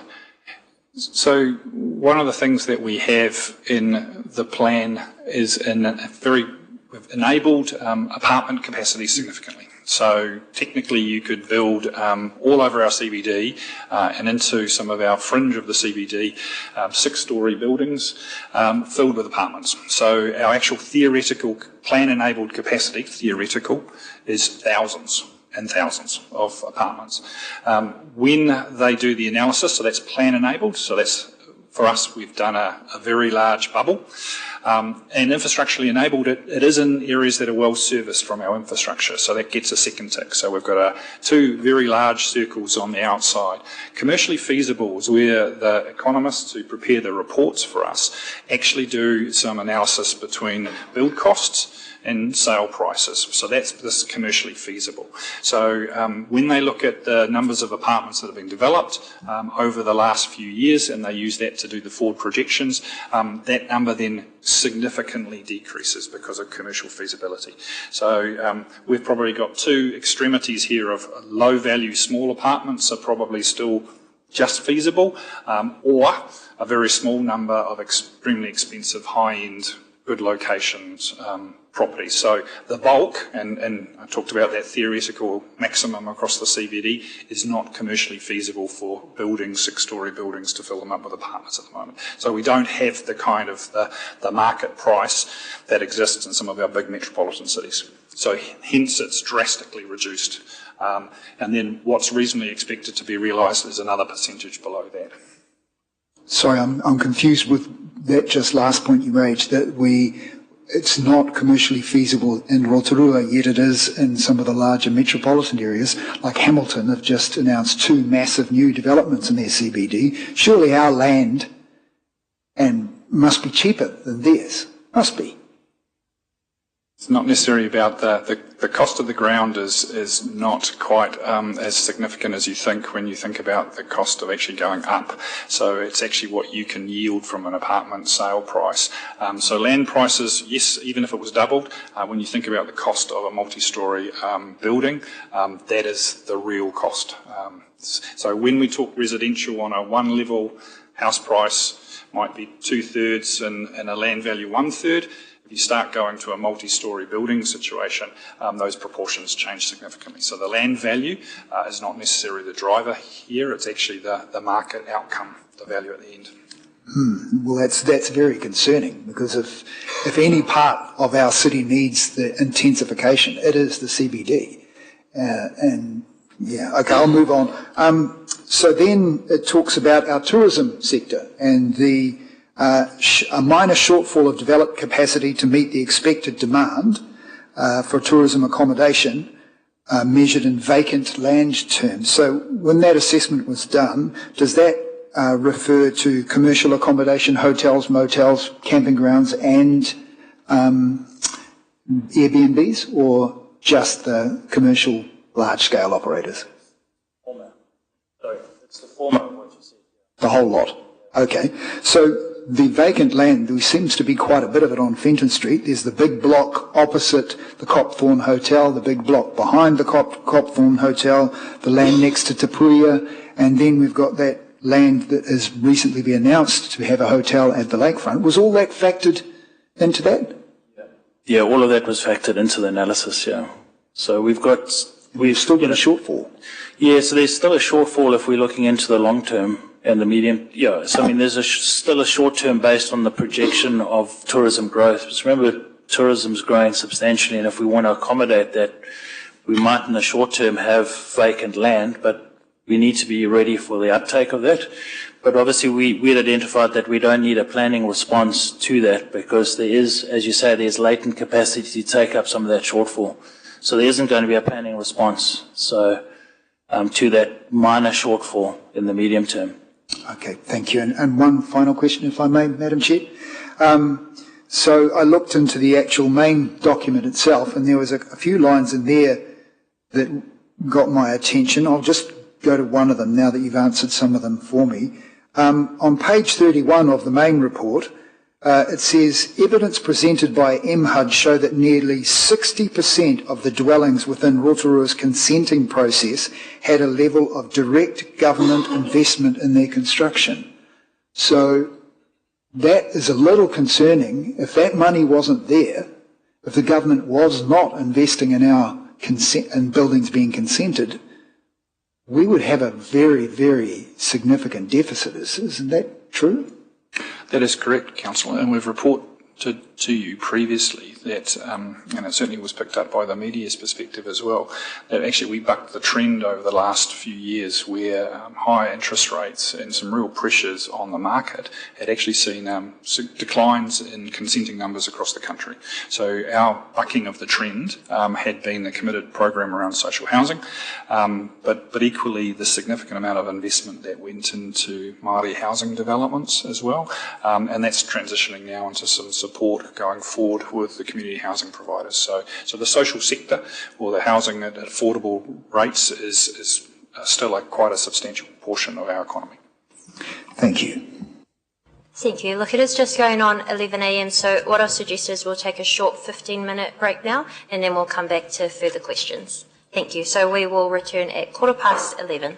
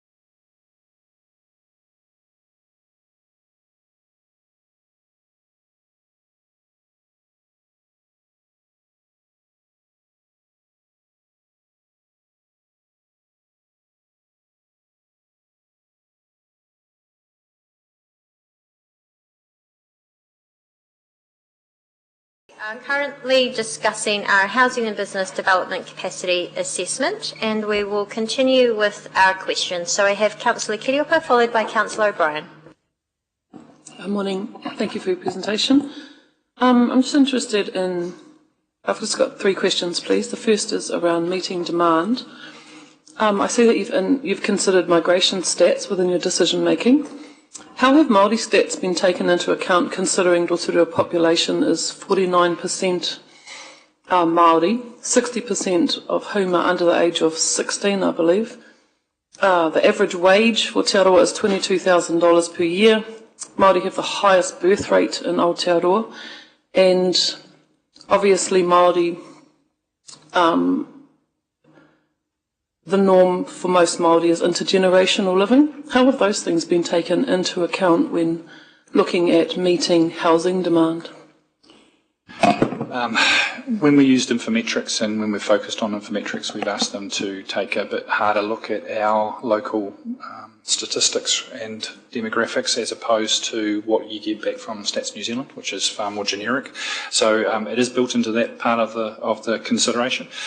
And then as we move into our consultant who's delivered the HBA for us, she has looked at the type of developments that are occurring across the city and has spent a bit of time actually asking questions and inquiring into public highway developments particularly, and also understanding for us within the FDS, a lot of the land that has been projected is multiply owned Māori land. So she's had to get her mind around both the Infometric stuff, which is a bit more bespoke to us, and actually the land and development patterns that have occurred. As far as getting down onto an individual household development, she's then had to just extrapolate that into her normal frameworks for projections. Thank you. My second question, around council sufficiency testing systems and processes. I notice it's heavily focused on economics, and I wonder if it needs to be balanced with community wellbeing considerations. A question I think needs to be asked is intensity solely what we should be aiming for? So my question is, how can council ensure housing bottom lines meet the health and wellbeing needs of Rotorua whānau and communities? That's the FDS process, Councillor. So one of the pieces that we did in developing up the FDS was take some scenario approaches, because and what we ended up with was a very balanced approach in terms of what the experts and the MPSUD has said, which is double down on intensification. We took a lot more of a view that there needs to be a balance between greenfield development and redevelopment and intensification. So all of that was intentioned around teasing that out during the engagement process around the development of the FDS. The actual modelling, in this part, the HBA assessment looks to our critical documents for its guidance, and that's what it's used. Quick one to that is just through our response to through HBA 2021, which obviously identified that we need to, I think the CE raised the fact that housing choices is quite fundamental. So from 2 perspectives, one is addressing population change, obviously greater demand for smaller homes, but also from affordability perspective. So our response to that was obviously bringing in Plan Change 9 to greater intensification. Because at the moment we're actually driving, if you look, we've got a plethora of 3 to 4 bedroom homes. We don't have a lot of smaller homes. So our response to the first tranche, I guess, of HBA evidence was to say we need to have a plan change to inject more choice into the market. And that's not undermining the fact that we can still enable through our greenfield developments more 3 to 4 bedroom homes, but we've just got more ability to provide for the 1 to 2 bedroom homes. So our planning response to, I guess, what you're saying has been to address those, the evidence that's come through from the HBA. And probably just the final piece on that too, and even from a national perspective, there's an overlay of attempting to encourage and make more financially feasible smaller secondary dwellings, so the granny flat legislation as an example. So whilst we're doing it from a local perspective to make sure we're responsive, there is also another layer that we have to consider, which is the government overlay on top. Thank you. My third and final question. Despite asking for it numerous times since becoming councillor, I still haven't received the council report that was undertaken by Rosemary Viskovich, which apparently identified nearly 10,000 homes within the Rotorua district which are unfit for purpose. How can council systems and processes change, or how can systems change be undertaken to incorporate this type of information and remedies to address these horrific stats within our community? Housing. I think Rosemary Viskovich is, this is news to me, Councillor, so we can go looking for it, but actually I actually know the reference, so Rosemary Viskovich was referencing somebody else's surveys and analysis in the original housing plan that we created. So we don't have that detail. We were referencing somebody else's data. So again, I could probably circulate to you the original housing plan that Rosemary put together, but I don't believe we actually have a physical copy of that assessment that was undertaken by a third party. Thank you. Sorry, thank you for that part, but can you answer the question of how can council systems and process change be undertaken to incorporate that information, that 10,000 homes are unsafe for living in Rotorua? How can that be part of?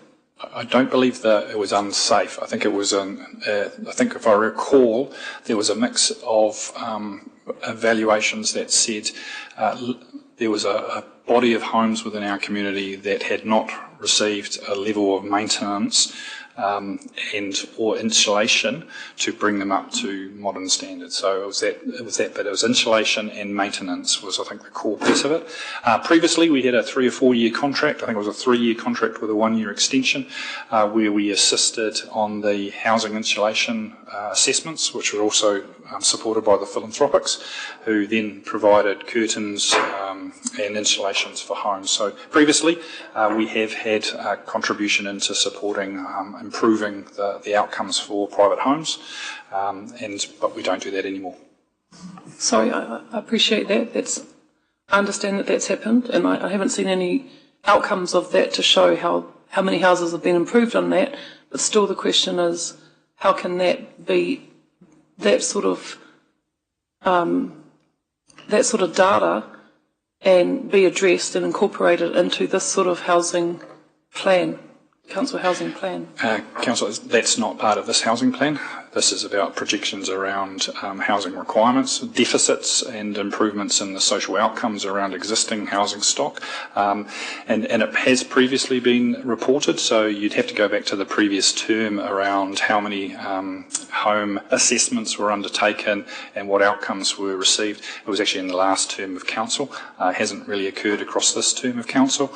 So I could probably pull some of those old reports to give you a feel for that impact of that service. That was previously undertaken through the Thriving Communities grants space, and obviously that was not continued. So I can have one supplementary question. If it doesn't fit here, where can that sort of thing fit within council's business in this day and age? I might answer that through you, Your Worship. So again, I think as JP said, it's important to distinguish between our regulatory functions, which is what we're talking about here, and any other direct financial assistance that Council might want to provide towards those programs. In the last long-term plan and in the upcoming annual plan, I don't believe there are councillors have indicated any additional funding towards augmenting existing properties within Rotorua. And so if you wish to, the annual plan process or the long-term plan process is the opportunity to get councillors to put some funds towards that. Thank you. And I do note that the Warmer Kiwi Homes and Energy Efficiency Conservation Authority, or ECA, does have the programs where they cover 80 to 90% of the cost of insulation, and there is a link on our website on how people can get that if they do need their home healthier. Councillor O'Brien and Councillor Lee. Thank you, Te Manakura, and through the Chair. Thank you, gentlemen, for your report. If I could just follow up briefly, please, on Councillor Patterson's concern, and also slightly touched on by Councillor Kiriopa. On 3.3 about the CBD intensification, if I can quote from your report, it is therefore clear that intensification and redevelopment will occur incrementally over time, resulting in the limited availability of higher density housing impacting negatively on housing affordability for low to medium income households. So that obviously causes us all concern, and I'm sure yourselves as well. Is there anything that you think in your capacity, especially you, Mr. Gaston, are there any sort of forms of incentives or, what else could I say? We'll leave it as incentives, or development assistance that you think could generally impact? So I'm not talking about fringe, we throw a lot of money and just get one more apartment. Are there anything in particular or recommendations that you feel you could bring to a future council and say, because this obviously, having low and medium density not being available, particularly in these very tough times, possibly going to be tougher for longer, is there anything you could recommend to council that we could perhaps look at to try and assist this area? Short answer, yes, Councillor. There's a number of examples nationally and internationally of the kind of levers that get used to try and tip not commercially feasible to be feasible. And currently, as you're aware, we tasked Rotorua NZ with trying to put together a bit of a blueprint of our CBD and look at some of the opportunities and barriers. We were waiting to align sort of a discussion around incentives potential with this factual and technical document to that sort of aspirational piece of work to come back with some opportunities for you to look at some good practice examples that we could traverse as options. But it won't, timing-wise, because of the work Rotorua NZ are doing, it won't be this term. Thank you. And if I could just have a quick supplementary. If we were to look at some of those recommendations, would that affect, would the government be concerned about us interfering in that way, or would it affect, or forgive me, it's affecting the general market? Would they have any concerns about our stats or anything that we were stepping in to advance it?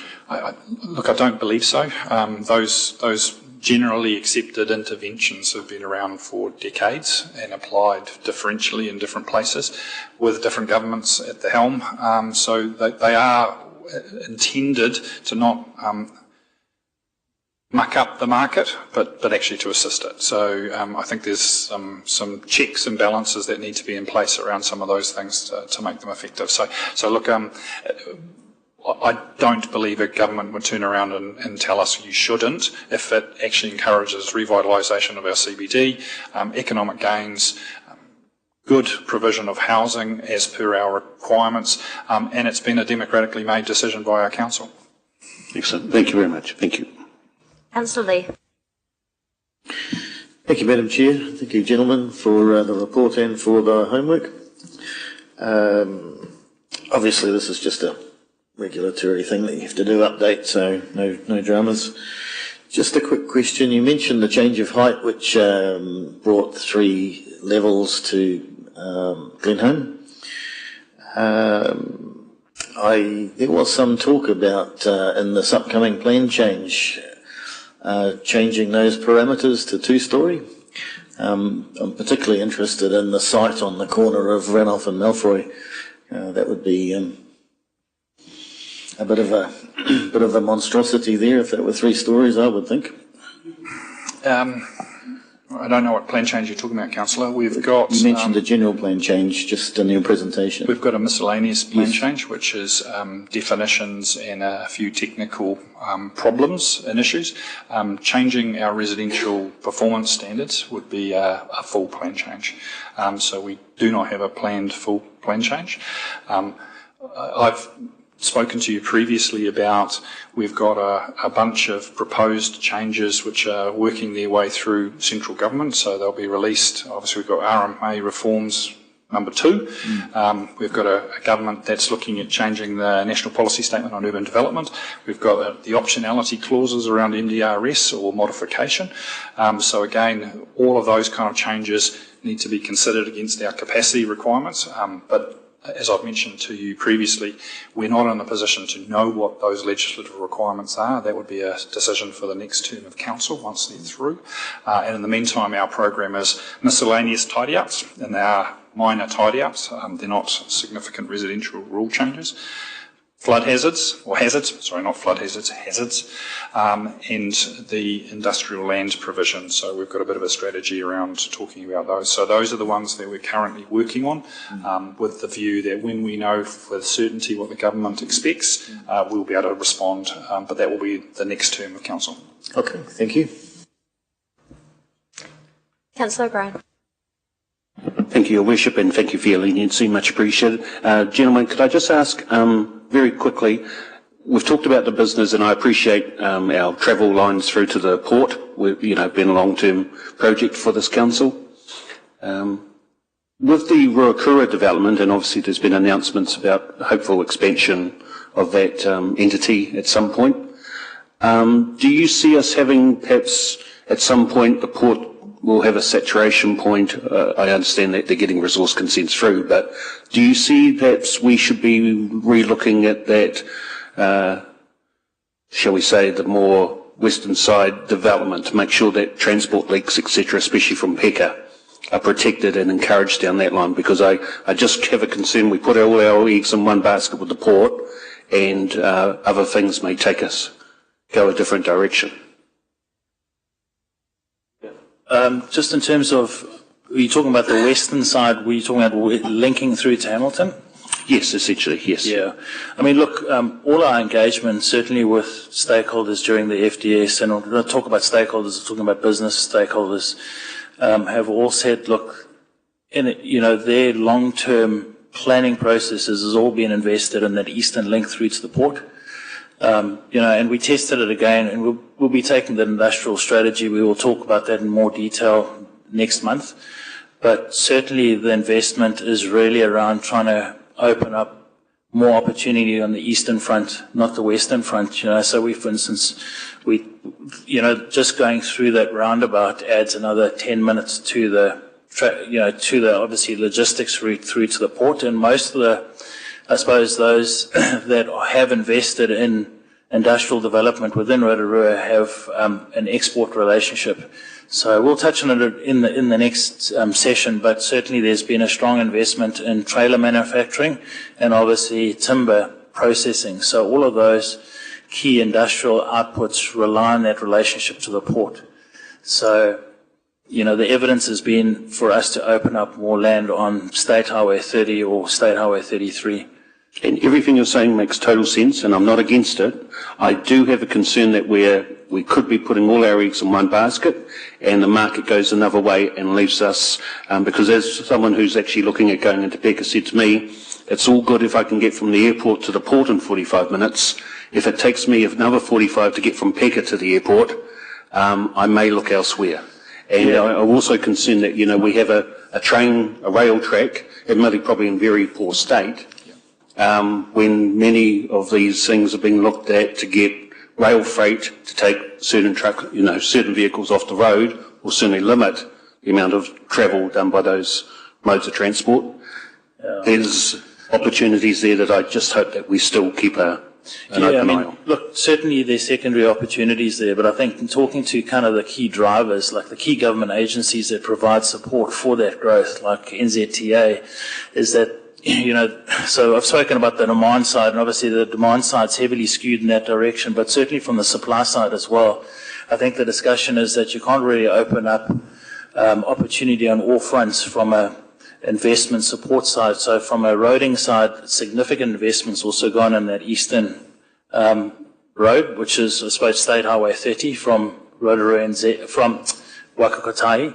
So I think in order to support our demand, obviously the supply side from government agencies needs to be there as well. And certainly from an energy and a roading perspective, they're asking us to obviously invest in a specific direction to support that growth. So certainly it's a secondary thing that we could look at. But if we want to look at, I suppose, leveraging off our medium-term opportunities, we should be looking at that eastern side. Councillor, I think also the thing I would say is we review our FDS every 6 years.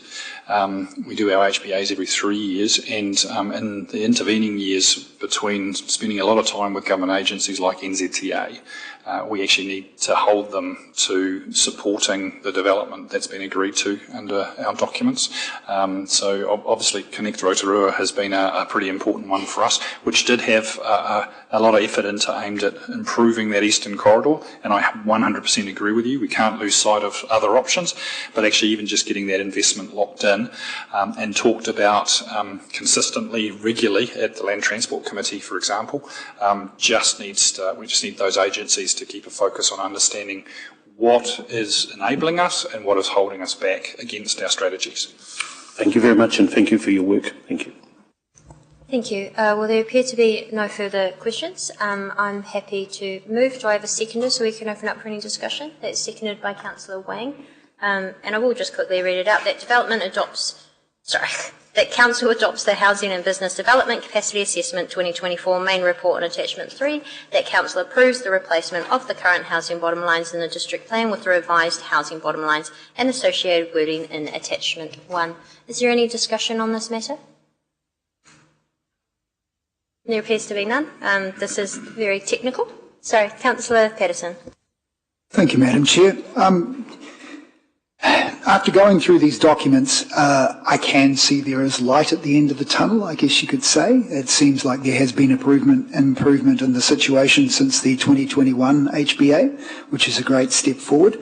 But it still seems to me that we've got this anchor around our neck from the problems that arose during COVID, and it's really slowing us down. The amount of government investment seems to be focused on addressing the issues of getting the people out of the motels and into new homes for themselves. But when I went through that document, I saw nothing about pensioner housing. I saw nothing about getting people off the social register, the housing register. And I also saw nothing about how we're going to address the shortfall in houses for workers. People who want to move to Rotorua to work, and yet they have to live in Tauranga to commute over here to do their job. So what I was hoping to see is some sort of direction where we put that behind us and say to the government, thanks very much for your 60% of investment. We'd like to change our focus to something that will improve our CBD. We've heard numerous times that it's far too big. So I always like to look for a silver lining in every cloud. The fact that the CBD is big is an opportunity, as far as I can see. Intensification, apartments, whatever the barriers are that are preventing that from happening, we should be concentrating on that. How we could remove those barriers, help the developers come in here, because that's all part of our vision for reinvigorating our CBD. We all know that cities that thrive are the ones that have people living in the CBD. If you want your CBD to flourish, people have to live there. Otherwise, at 5 o'clock, it empties out and it becomes a ghost town. So we've invested a big chunk of our, or long-term commitments, I guess you'd say, in the LTP, of our money to the redevelopment of the CBD. Greenfield and brownfield developments will take care of themselves. The market will deal with that. We've enabled enough infrastructure to allow that to happen. So if any resources that we have available to us, to look seriously at how we can remove those barriers to developers so that they can decide, you know what, Rotorua is an attractive place to start building apartments, not just in the CBD, but on Fenton Street as well, then that would be a great step forward. So while I'm happy with the majority of this, I think there are other things that we should be doing to ensure that we get the growth in the areas that we wanted, rather than just random 3-storey buildings in the middle of nowhere. Thank you. Thank you. Any further discussion? Councillor Waru. Tēnā koe te manukura. Just a request, rather. It's around the way that things are reported. Is there a way that we can sort of identify or highlight more the things that we actually have, or we are able to impact, so we are able to make decisions on, and then sort of, I think that will, for me, it would make it a lot easier to digest, to say, okay, bang, bang, bang, a lot of information, love it, great, I just wonder maybe in time to show the stuff that we have a direct, I suppose, ability to change or not change or progress in terms of council. Yeah, thank you, Councillor. We are in discussion, but I think based on your suggestion, I'll just invite the Chief Executive to also provide a response. Thank you, Your Worship. And through you, really great question when JP had the Venn diagram with the 4 circles. I think that we maybe could make it a bit more clear that the outer 2 are controlled by us and the inner 2 we don't have any input into. Those are the results of market dynamics. So I'll take your point on presenting it, but yeah, the outer 2 we control, the inner 2 up to the market.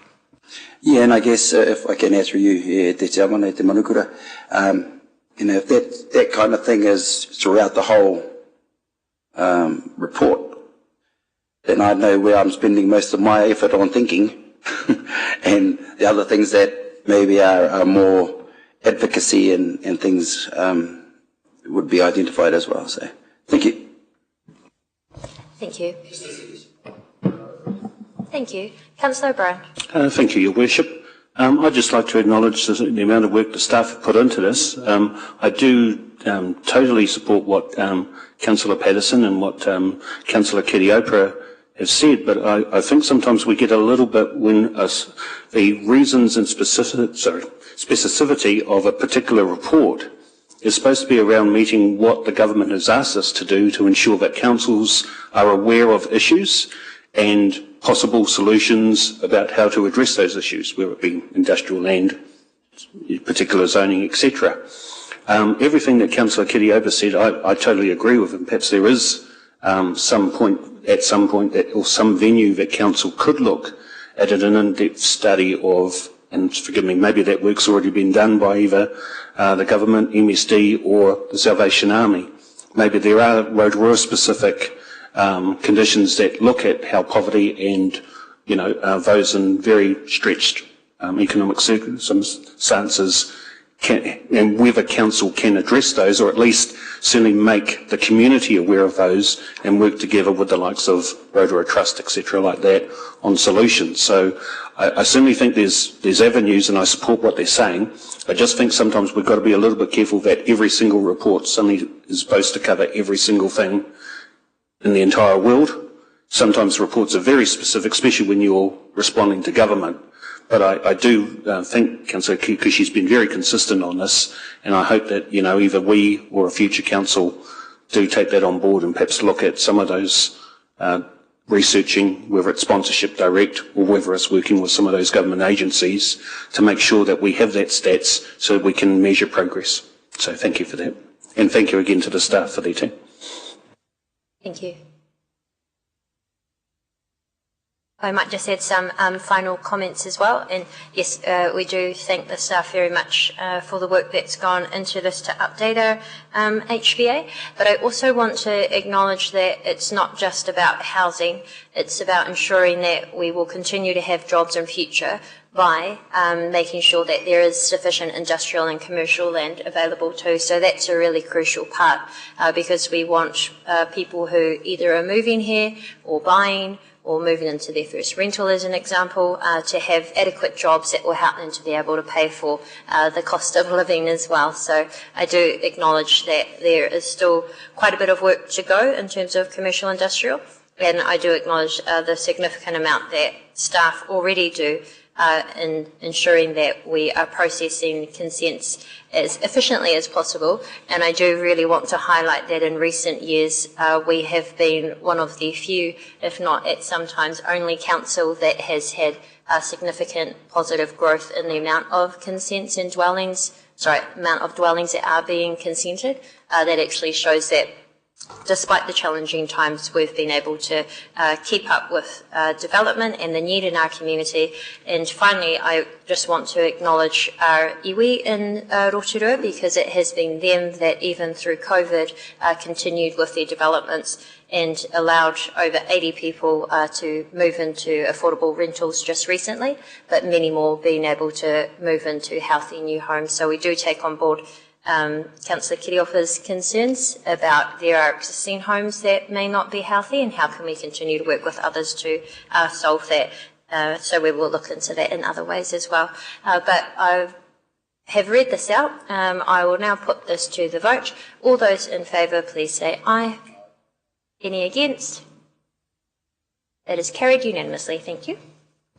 So we'll now move to recruitment of local recovery manager to Civil Defence Emergency Management. May I please have a mover and seconder to receive? That's moved by Councillor O'Brien, seconded by Councillor Patterson. All those in favour to receive, please say aye. Aye. Thank you. Any against? And we'll hand over now to Stavros to overview this. We're on page 50 of our agenda. Greetings and thank you, Madam Chair. I will not take much of your time. I do hope the report is self-explanatory. I just want to make a couple of comments only, is that evidenced by your discussions and debates, so far this morning. We've got plenty of challenges to our business as usual. And of course, while we are all focused onto that, we also need to pay attention to our the necessity for us to be prepared for an emergency event. And in doing so, we are preparing a parallel structure to the organization, call it the Civil Defence and Emergency Readiness Team. And the report basically recommends one of Paul Warbrick to be appointed or nominated for appointment as a recovery manager in order to complete our staffing levels for that Civil Defence and Emergency team. And we seek your endorsement for that. So that endorsement can be recommended to the coordinating executive chiefs committee in the civil defence. And so we seek your approval to that nomination. Thank you very much. Thank you very much. I've had that signal to be moved by Councillor O'Brien. Do we have a seconder? Seconded by Councillor Wang. I'll just check if there's any questions. Councillor Waru? Yeah, probably first support, total support. The way I've read it too, this is very much an operational role, it says. That's how it says, it reads in the thing. Is this going to have any impact on the current mahi that he's doing with the partnerships with Rotorua? Only in an emergency. Kawai. Thank you. Thank you very much, and I do want to acknowledge we are very fortunate to have Paul be appointed to this role of local recovery manager, especially given his significant experience in this role in Whakatane and also during his time in the Navy as well. So I'll just check if there's any final discussion on this before I put it to the vote. No. All those in favour, please say aye. Aye. Any against? That's carried. Thank you, Paul, and thank you, Stavros. We now move to page 54, Membership of Local Government New Zealand. May I please have a mover and a seconder that this is received. Moved by Councillor O'Brien, seconded by Councillor Maxwell.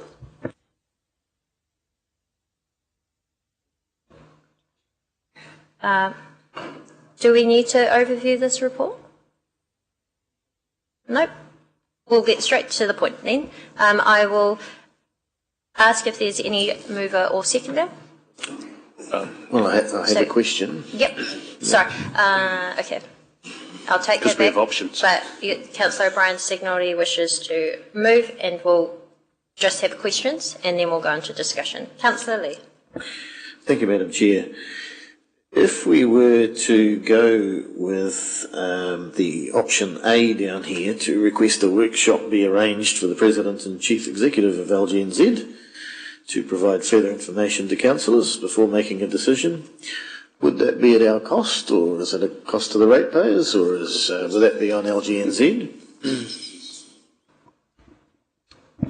Through you, Your Worship, I haven't requested this, but we can proceed on the basis that it would be at no extra cost, and if there were any cost, I would consider whether we can accommodate that within our budgets. But I think I'm comfortable that you proceed on the understanding that there's no additional cost to council. Yes. I'm only slightly concerned because they charge hefty fees for even attendance of one of their conferences. So I shudder to think what they might cost for a one-off tour like this. Thank you. This is only my understanding, but they have presented to other councils. It's no cost, but they will make themselves available to attend, and I do believe that the cost of their flights or travel were a cost that they took on themselves, not the council. Any further questions? Councillor Patterson, followed by Councillor O'Brien. Just a question of process, please, Madam Chair. So are we taking A, B and C separately? Yes, Councillor O'Brien has signalled that he wished to move, so we will ask him after the questions what he wishes to move. Thank you. And then we will put that to the vote. If it wins, that's it. If it loses, we'll ask an elected member to provide a different option, if that makes sense. Thank you. So, Thank you. Sorry, we're still in questions. Thank you, Madam Chair. So normally, forgive me, and I'm grateful to those that did the report, the expiry date, from what I understand from an email I received from Mr. Kirk, was that it expired on the 31st of March. So normally you receive a report prior giving you warning to something expiring, do you not? So technically we're expired at this moment, or our status is not renewed? Morning, thank you, through you, Worship. We have received the invoice for the coming year. That invoice is on hold at the moment until the decision is made today. Thank you. and also just to further clarify, that just rolls over, so there wouldn't normally be notification or a decision by council, but obviously some councils are taking the opportunity to decide whether or not they wish to. Absolutely, and I suppose for me, Your Worship, just as, sorry, since we're still in questions, if we have no feedback, I mean, suddenly if we hadn't realised or asked, if I hadn't asked about this, if they suddenly put the price up to 120,000, you know, do we have any control on how, if I hadn't raised this? Through you, Your Worship, there are budgets approved through the long-term plan.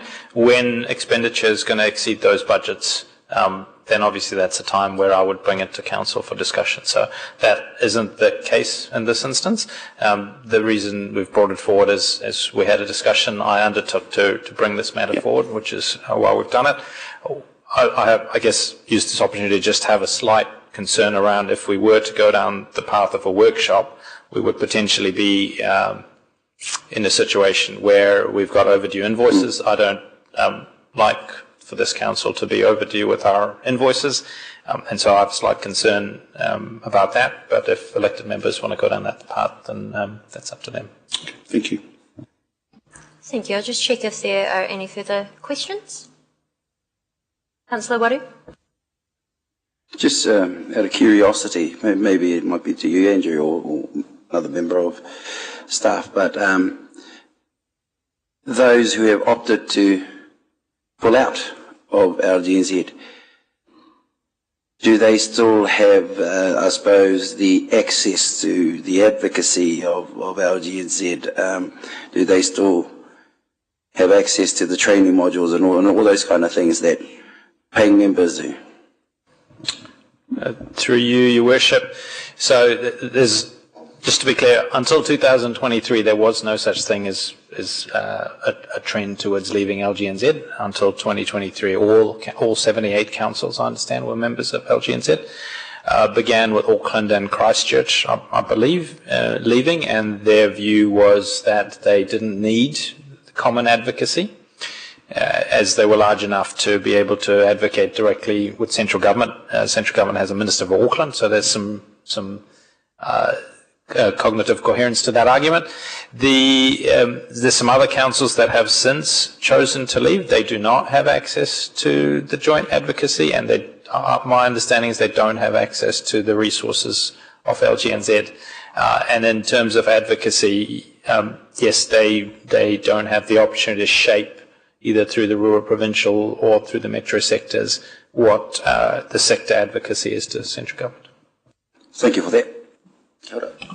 And on that note, I also had a question just regarding the legal and policy advice that we receive. I do know that, and I believe it was reported in the media when Auckland left, it was a bit of a surprise to many that actually the cost of the legal and policy advice that they would normally receive far exceeded the cost of the membership. Just checking in recent times from our staff, have we sought legal and policy advice from them that has assisted us in our decision making or our compliance with our statutory obligations? Yeah, through you, Your Worship, yes, there are a number of instances on which we have used their templates for advocacy as a starting point, if not to outline the views that this council might take, at least in the analysis of the issues. So frequently we use those as a basis for the analysis that we would bring to you, and particularly in the absence of a corporate policy team or a strategy team, we aren't resourced to do that ourselves. Yes, thank you. And I do note, especially regarding submissions as well. Any final questions? Councillor Maxwell? Thank you, Te Manakura. Actually, this is not the debate yet, and I'll talk about that later, but I'm looking at this big report. Where did it come from? I mean, this is kind of new to me. I mean, we have opportunities where we councillors have a monthly meeting in our room. It's never been raised there, and yet it's coming straight up on a full council meeting. And I'm going, well, who's who in the zoo? Who's doing this? Councillor, through you, Your Worship, Councillor Maxwell, I undertook to bring this report to council as a result of a number of other councils leaving, but also some questions from elected members here around the table. So it's an opportunity for you to have a discussion. If I hadn't received this, my view would have been that in the next triennium I would get council to make a decision for the following 3 years, so that there's no ambiguity during the triennium and we have some certainty. So we're making this, well, bringing this to you to make a decision now. In the absence of it would have been something I'd bring to the new council for their triennium. Yeah, and sorry, from me, it's not criticism. I'm just going, who? Oh, well, we'll find out soon, I suppose. Thank you. Is there no final questions? Councillor O'Brien, you signalled you wish to move. Would you like to speak to that now? Thank you, Madam Chair. Oh, sorry, Your Worship. So I'd be moving that we adopt option 3C, that we resign our membership of LGNZ by giving notice. I take on board everything the CE has just said. Perhaps if some of those examples of this necessary training or templates had been provided in the reports to tell me how essential this was, I could probably maybe have considered that, or had I been talked to previously, perhaps I could have considered that as well. The fee has gone up quite substantially from last year, as provided by Mr.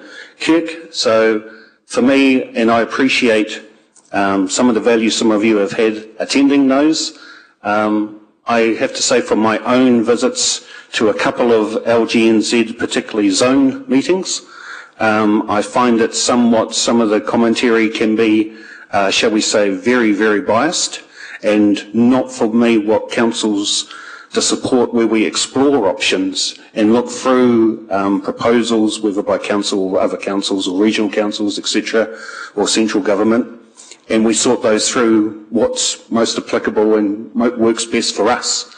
The costs for 100,000, bear in mind that that doesn't include the accommodation and travel, etc., like that. From memory, I think in our first year, I think we sent about 8 people. I could be wrong on that and happy to be corrected. I do appreciate this year we've tried to keep that number down, obviously in light of to keep costs down. But for me, for the amount of money that we're spending on this organisation, I just don't feel that we're getting value for money, and I feel that it's up to us to perhaps take that. And I have no problem, as you say, if the next council decides to rejoin, it's up to them. I'm only saying that we shouldn't be part of the membership. If the organisation was chosen to perhaps provide training to new councillors, I appreciate there would be a cost, or maybe other contractors would be available. I'm not seeking to stop them ever being used by council, and I appreciate as a non-member we would probably pay more than probably what would be the normal if that was the avenue the CE chose.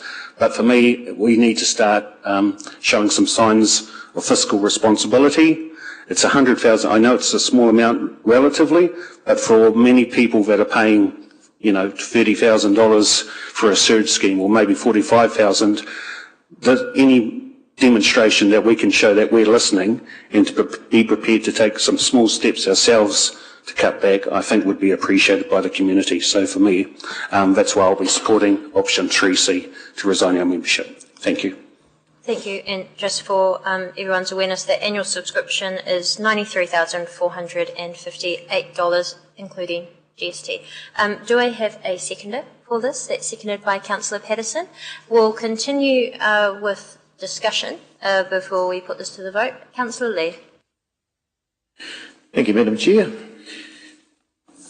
I see that there are, by my count, 7 councils that have withdrawn from LGNZ in the last few years.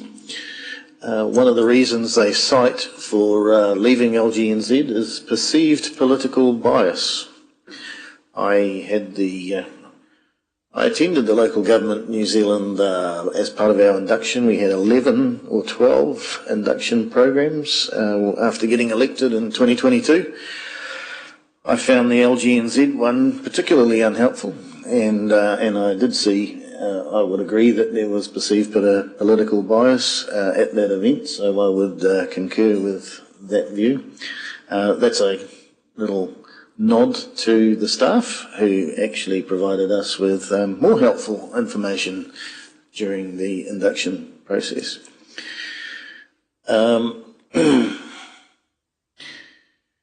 The other reasons cited include high membership costs, a desire for independent advocacy, perceived lack of value. The best thing about LGNZ is actually meeting other elected members, and that's able to be achieved without LGNZ babysitting us. I personally am in contact with a number of councillors around the place, and I benefit from their input and thoughts on a variety of matters, especially in this digital age. We can talk online. So yeah, I would support either one of the 2 options that might potentially lead to leaving LGNZ. I don't feel it is delivering value for money for the ratepayers, and so I'll support either of those 2 options. Councillor Patterson. Thank you, Your Worship. I guess I started out with a hiss and a roar. I went to the first one and thought, this is awesome. I took all of that information in, I soaked it up like a sponge, and I thought, what a great concept. And then as time progressed, I started to get a little disillusioned, because I tried to compare it to when I was in the commercial sector, working in the media. We would have quarterly conferences. Everyone would bring their problems and challenges or ideas that worked for them, and we would share them and work together as a unit, even though we were spread all across the country, to come up with a better way forward. Now, that's never happened. We have this Zone 2 meeting. I go there, I listen to speakers, I might get a couple of gold nuggets, and that's always a good thing, that you come away with something. But most of the time, I felt like we were operating in silos. We never worked together as what my vision of what LGNZ should have been based on that first conference. I thought that we were going to work together to get somewhere. I have not seen that actually come to fruition. I've been to these hui as often as I could.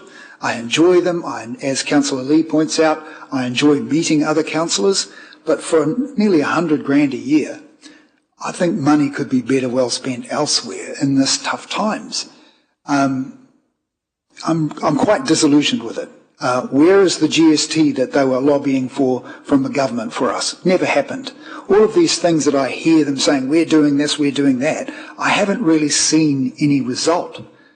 And it concerns me that, as Councillor O'Brien points out, there are people who are struggling, and they look at this expenditure and go, how is that justified?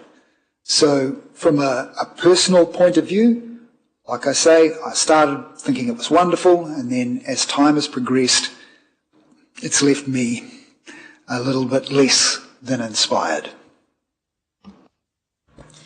Thank you. I might just add some comments as well, and if anyone else does, please feel free to let me know. I will be voting against resigning our membership, and then if that loses, then I will be putting forward that we can confirm our continued membership. And I want to speak to why. For the cost of $93,000, we are able to ensure that the voice of local government is actually heard in Parliament, who, as we've seen with the significant reforms that are coming our way, are going to be shifting the way that local government works significantly, whether it's through the resource management reforms, whether it's through the local water done well. And if we are naive enough to think that our voice will be heard as just one of 78 councils across the country, then I think that we will be up for an unpleasant surprise when the ministers say, well, actually, we're just going to continue our relationship direct with LGNZ. I do want to note, though, that when we talk about LGNZ, they are us, we are them, it's the same people, and we actually have the opportunity to vote in our president, our board on LGNZ, and also our zone representatives, of which we are in the zone 2.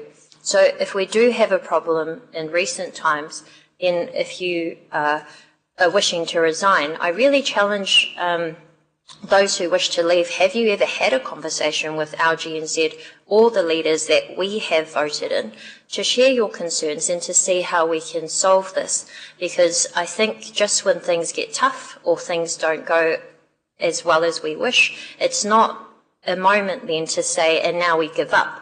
It's a moment to say, let's improve this, and instead of complaining, let's actually be part of that solution.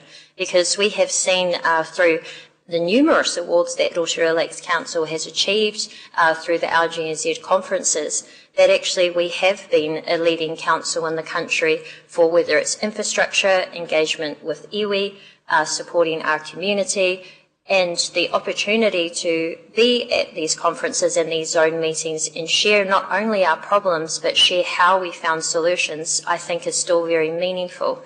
And lastly, I do want to acknowledge that yes, cost is a concern that we will always be very considerate of, but that is why I chose to leave the Mayor's Task Force for Jobs, because I couldn't see that that was providing value for the money that we were continuing to invest in it. But I do see significant value in getting support on policies and also potential strategies for us to make sure that not only our ministers and our government are listening, but that we're serving our community as best as possible, because there are going to be significant reforms underway for councils, and we need to make sure that we're sticking together and not actually tearing our own selves apart, because that's not how we will best serve our communities. Sorry, one final thing. You can't underestimate the value of the learning that they do provide. The induction process and also the continuous upskilling through the Akona programs is really quite significant. We don't have anything else. There's no qualification that councillors require. There's no textbook of this is how you do the best job. But what LGNZ actually provide is that training that we need, whether it's in understanding financials, understanding the legislation, how do we meet the principles of Te Tiriti o Waitangi. These are all things that we can learn in an independent way from LGNZ. So I'll leave my comments there, and I will just ask if any other councillor wishes to make a comment now before we put this to the vote.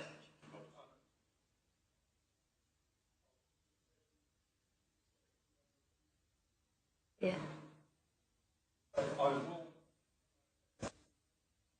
Yeah, I'll just ask if there's any further discussion, and then we'll leave the right of reply to the mover, Councillor O'Brien. Councillor Wang. Thank you, Your Worship. I'll also be voting against this motion to leave, to resign our membership from LGNZ, and should this fail, I would be happy to second your motion 3B to continue our membership for LGNZ for 2025-2026. Not to convey what you've already mentioned, but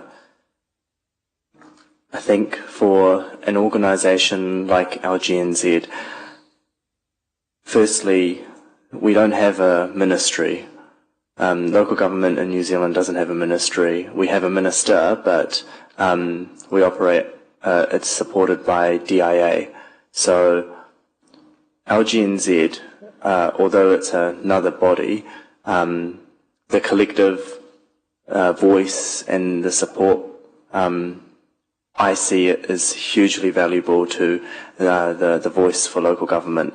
The smaller towns like Gore and Wairoa, to even Rotorua, benefits hugely, I think, from the advocacy, the collective advocacy. Imagine if each one of us had to fight our fights on our own. The gravity of that compared to an organisation, an umbrella organisation representing the dozens of councils across the country as a whole, the gravity of that is significant. So that is one of the main reasons of why I would be supporting our retention into local government New Zealand, as well as the support that they provide both to the rural and provincial, the regional, the metro sectors, which I know many of us different our elected members have been a part of or attended in the past. The Te Maruata support there as well, the Community Board's Executive Committee, which I know that Mayor Tapsell has been actually on the committee in the past as well, and also the Young Elected Members Committee that I'm fortunate to be the Zone 2 representative on. Young elected members, I'll speak a little bit about that as well. I would say that, right now, I think the percentage of elected members under 40 across the country is, I think it was sitting at around 16% right now. Prior to that it was 14, prior to that 12, prior to that 6, prior to that probably 2 or 3.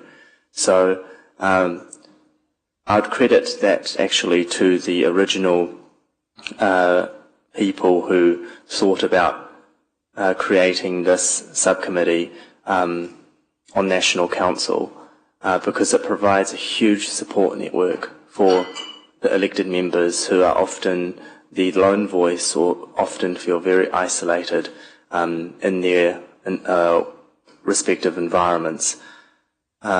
Young elected members has provided not only the support and the professional development to the network, but also it's been this forum for each other to support each other as humans. And I think we also know that politics can get quite nasty.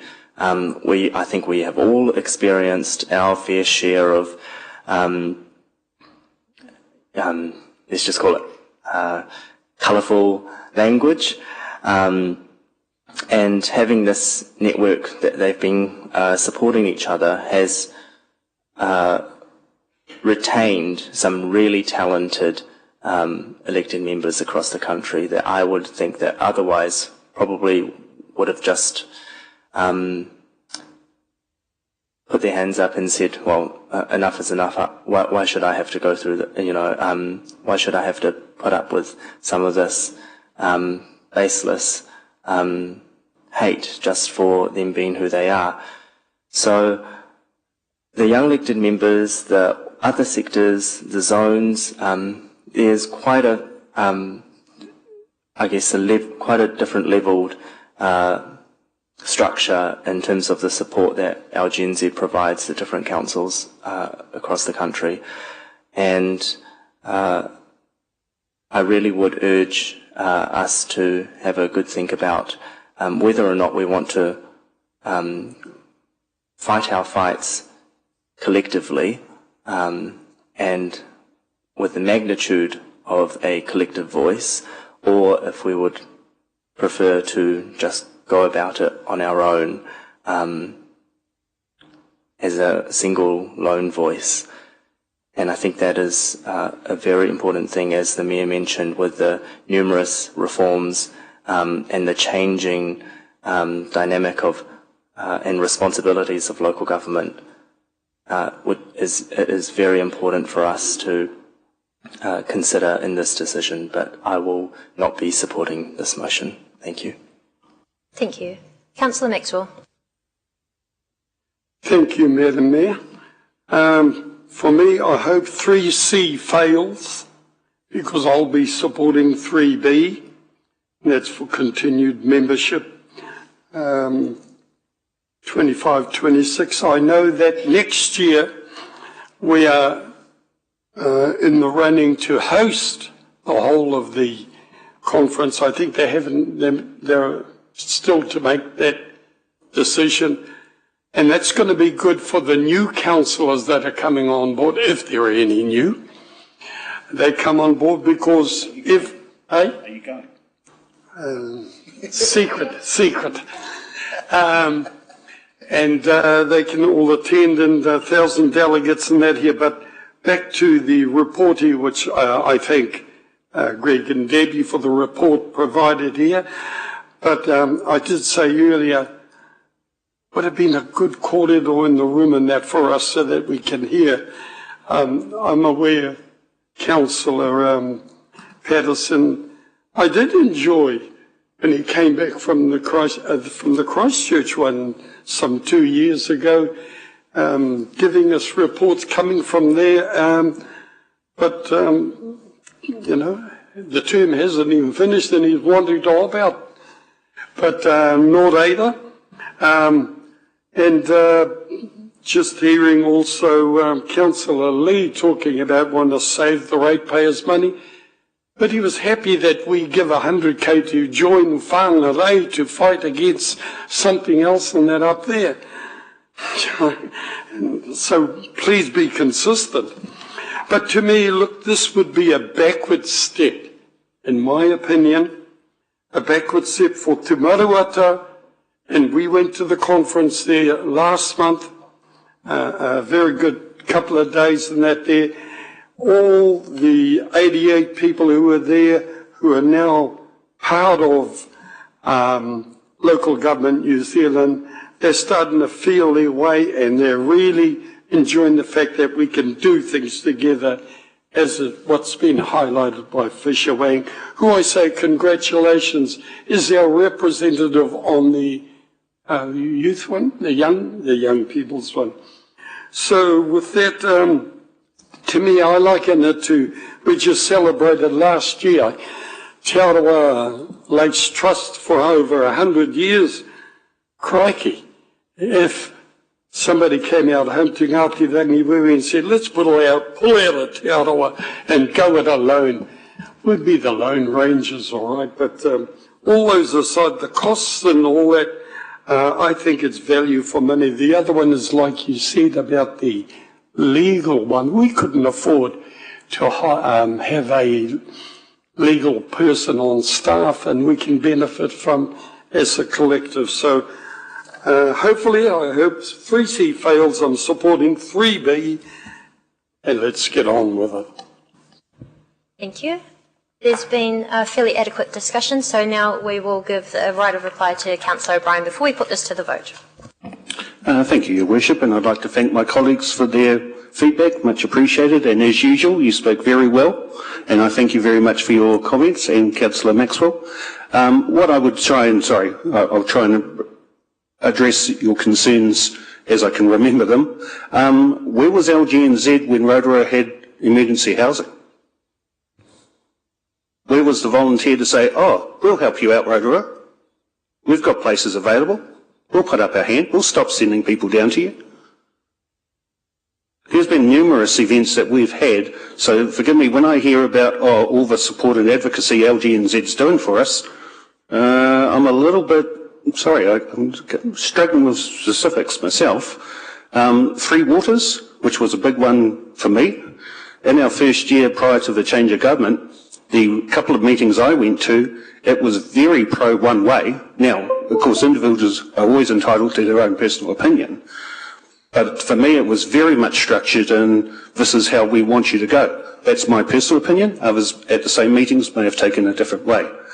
For when I hear about the youth, that LGNZ has apparently helped, I don't remember them helping Councillor Wang when he first was elected. But if he's found them support since, that's good to know. That's good to know.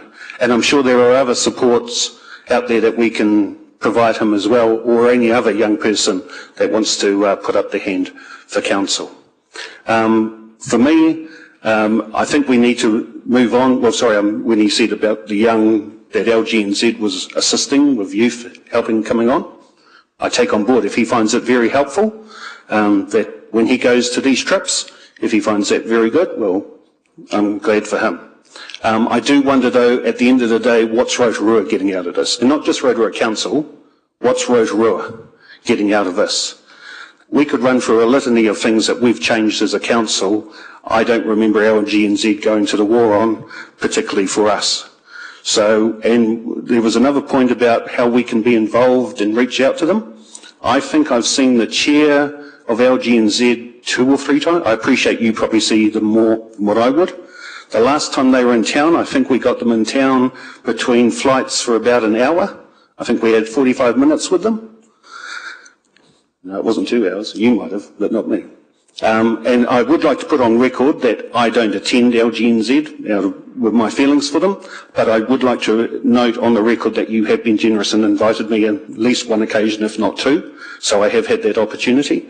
But the Zone 2 meetings were enough for me, thank you. So, and also reading the material that they put out and position and policy papers, which I do read and will continue to read, to show me why I'm right about doing this. Thank you for all your feedback, but I'm sticking. You've spoken well, but you haven't convinced me. So I'll continue to vote for option 3C. Thank you. Thank you, Councillor O'Brien. Well, that concludes the discussion on this. What I will do is ask if you could just raise your hands to assist our staff in counting. So the proposal, I will read it in full. There was point 2, that Council notes that the decision on the LGNZ membership for the next triennium will be brought to the new Council. And we have the option 3C, and that Council resigns its membership of LGNZ by giving notice. That was moved by Councillor O'Brien. That was seconded by Councillor Patterson. All those in favour for the recommendation to resign, please raise your hand. Any against? That has been lost. Thank you. I recall Councillor Wang. Did you recommend? Yes. Thank you. We'll just give staff a minute. So as 3C has been lost, we're now required to put forward another option. So I've moved that Rotorua Lakes Council confirms its continued membership of LGNZ for 2025-26, seconded by Councillor Wang. I'll ask you to please raise your hand. All those in favour to confirm the membership, please raise your hand. Any against?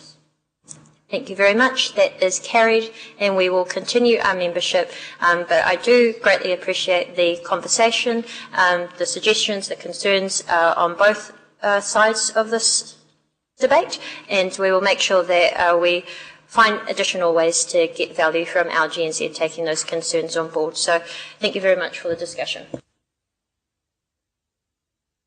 Yeah, Councillor, what is your question? Tēnā koe te manakura, just quickly, I te kōrero i te kotahi te kākaho, ka whachi, ki te kāpuia, e kore e whachi. So, one strand, not too strong, but if you come together and make a rope very strong.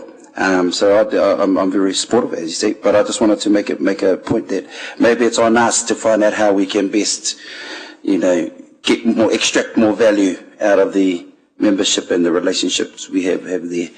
So I'll just waiho tērā ki kuna. Kia ora. Yeah, thank you, certainly. So we now move to our next item. This is 2025 Local Government New Zealand Super Local Conference, attendance by Councillor Wang. I'll just ask for, it's moved by Councillor Waru, seconded by myself. I will just overview this report very briefly. First of all, I do apologise. We had already taken a vote to nominate our Rotorua Lakes Council representatives. We had also removed one councillor in an attempt to save costs. Since then, as has been mentioned, Councillor Wang, who is elected as the Zone 2 representative, I found out that the young elected members actually don't have the budget to allow all of their board to attend, and so therefore the representatives are having to seek that cost from council. I personally believe that it's important that as a Zone 2 rep, Councillor Wang can attend, and given that will be the usual amount of Rotorua Lakes councillors that attend, I have suggested that we bring this forward to council under our policy of requiring councillor support for the representatives due to the cost of attending. So I'll just check if there are any questions on this. Councillor Lee. Thank you, Madam Chair. There's one representative from Te Tātou Aotearoa, a board member, attending this. This is obviously not an elected member. For the sake of transparency, could you tell us who this person would be? Sorry, point of order, Madam Chair. That was misrepresentation. The Te Tātou are elected members in their own right. That is correct, but thank you for that point of order. Councillor Lee, would you like to continue? Yes, I'd raise a point of order to what Councillor Wang just said. They're not elected under the Local Government Electoral Act 2002, which is the relevant election process in local government. So yes, I'm just... my question pertains to who the Te Tātou Aotearoa board member is referred to in the background on the page 1. It's on page 60. Since the council meeting, Te Tātou Aotearoa has selected Chair James Hamiora to attend the conference, as per the conference attendance for elected members policy. Okay, thank you very much. Thank you. Your Worship, should that be part of the recommendation to cover, or is that covered by? Yeah, it was mentioned last time, and Te Tātou have the ability to appoint who they wish to attend. We look forward to the chairperson joining us. So I'm happy to move this. Do I have a seconder? That's seconded by Councillor Maxwell. I'll check, is there any discussion? No, I will put that to the vote. All those in favour, please say aye. Aye. Any against? Sorry, and I will just ask if those, thank you to those against, those who are in favour, if you could also raise your hand so we can double check numbers. Yeah, in favour of Councillor Wang attending. Thank you very much. I can confirm that has been moved. And I'll just note my abstention to that one. Thank you very much, Councillor Wang, and we look forward to you joining us and also continuing to represent Zone 2. Thank you, councillors. We now, on the LGNZ topic, we move to the remit for the AGM, short-term rental register of properties. Can I please have a mover and a seconder to receive this report? It's moved by Councillor Waru, seconded by Councillor Barker. All those in favour to receive, please say aye. Thank you. That is carried. I again will overview this report very briefly. What we are doing is seeking councillor support for this remit, which is advocating for a short-term rental register of properties to be considered at the annual general meeting. I do want to note that since having this report, which I will take as read, I have been in contact with LGNZ who have confirmed that in 2019, Christchurch City Council put forward a similar remit. As is mentioned in the background on page 62 of the agenda, part of the criteria is the remit does not deal with issues that are already being actioned by LGNZ. This covers work programs underway as part of LGNZ's strategy. The remit from Christchurch City Council is still considered live. I do have a meeting booked with the LGNZ Policy and Strategy team because I have questioned that if Christchurch City Council are no longer members, and it being some time since 2019, I wish to ask if we could put forward the remit and lead this as the Rotorua Lakes Council. So I have yet to have that confirmed, but in order to still proceed, if it is possible, I believe that we should still take the vote on whether or not we support it going ahead, and that will, I just note that that will be subject to it meeting the criteria once I've managed to have a discussion with the LGNZ staff.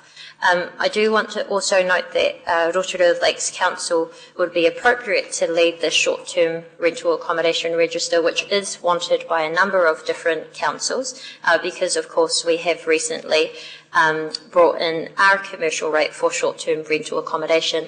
I do finally just note that there has been the first meeting of our reference group for short-term rental accommodation, and the remit was put forward to them by Councillor Kai Fong, and they were all in favour of this being put forward as a remit as well.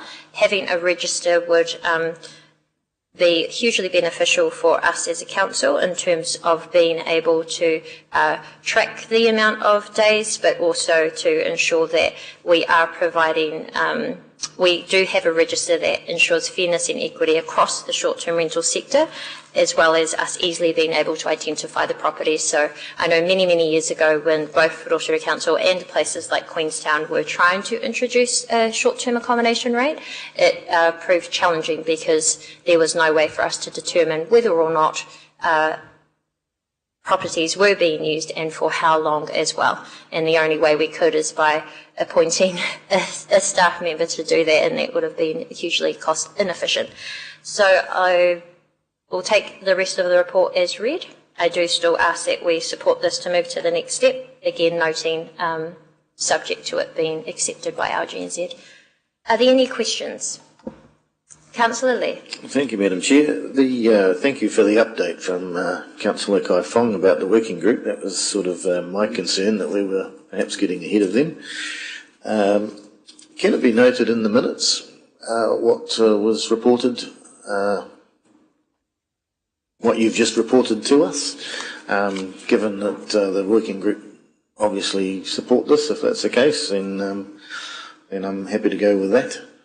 But just to acknowledge that in the minutes, because it's not in the report, is it, what you've just told us?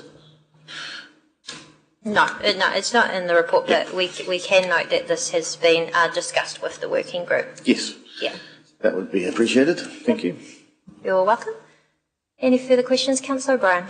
Thank you, Your Worship, and apologies that Councillor Kai Fong isn't here because I have asked her this question before. So can I ask, when we're seeking some form of, what is it,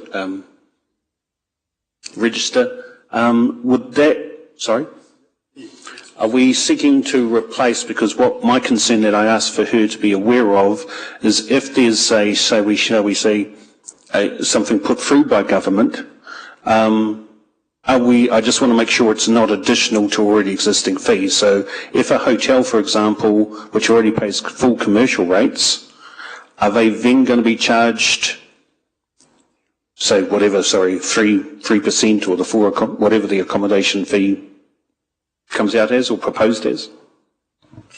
Through you, Your Worship, Councillor O'Brien, the intent of this wording is to give Council the tools of understanding the properties, not automatically deciding to add additional rates. So this would then come back to Council, and when Council reevaluates the SDR rate that's currently in place, might make changes to it, but with much better information. So to answer your question, no, this doesn't imply an additional rate that would go on hotels or other providers of accommodation. All right, thank you. So are you saying that perhaps some people that aren't being captured now, we're asking for the government to put into legislation to make that easier for us, or? Yeah, through you, Your Worship, again, this is practiced in a number of other cities around the world where central government requires that providers register with the local authority, and then the local authority can make a decision about how it would provide. So essentially it's giving us the tools to more accurately capture the participants in the accommodation sector. Thank you. And what would be the basis for that? Anyone that receives any commercial, return for accommodation, providing accommodation, would that be the main? I think that would be the intent. I don't want to speak to a policy that might yet to be developed, but that is the intent. Yes. Sorry, so how are we going to put that forward as a remit? Is it as written, as proposed that Councillor Kai Fong put through? Hopefully I'm getting this right. It will only be for the register, not on the rating. So it will still be up to a local decision of the council, and I would highly suggest, based on consultation with the community, on what that rate should or could be. Thank you. So what's the benefit of that for us? We already have a policy put through. Through you, Worship, so the benefit would be that we would have the burden of proof would sit with the providers, and it wouldn't be up to councils, as we are doing at the moment, to go and seek that information out and rate on that basis. So the burden, and again, this is a tested solution in many parts of the world. There's a requirement by the government for providers to register with the local council, and then that's the basis of any rate that's charged. So that decision would stay with us. Excellent. Thank you. Councillor Patterson. Thank you, Madam Chair, and through you, just if I may, to redirect my question to you, Mr. CE, with regards to the comment you just made, is that how they do it in Barcelona and Rome? Is that the city tax? I don't know exactly, but I know that Vancouver, for example, is an example where this does work. I believe the concept is the same. I don't want to answer you definitively because I'm not exactly sure if that's the same mechanics, but same intent. Just to be clear, it's on the onus will be on the provider. They have to say, yes, I am, and if they don't, there will be legal ramifications for that. Well, that would be the implication contained in the legislation, but again, legislation change is required so that becomes a requirement of doing business in New Zealand. Thank you.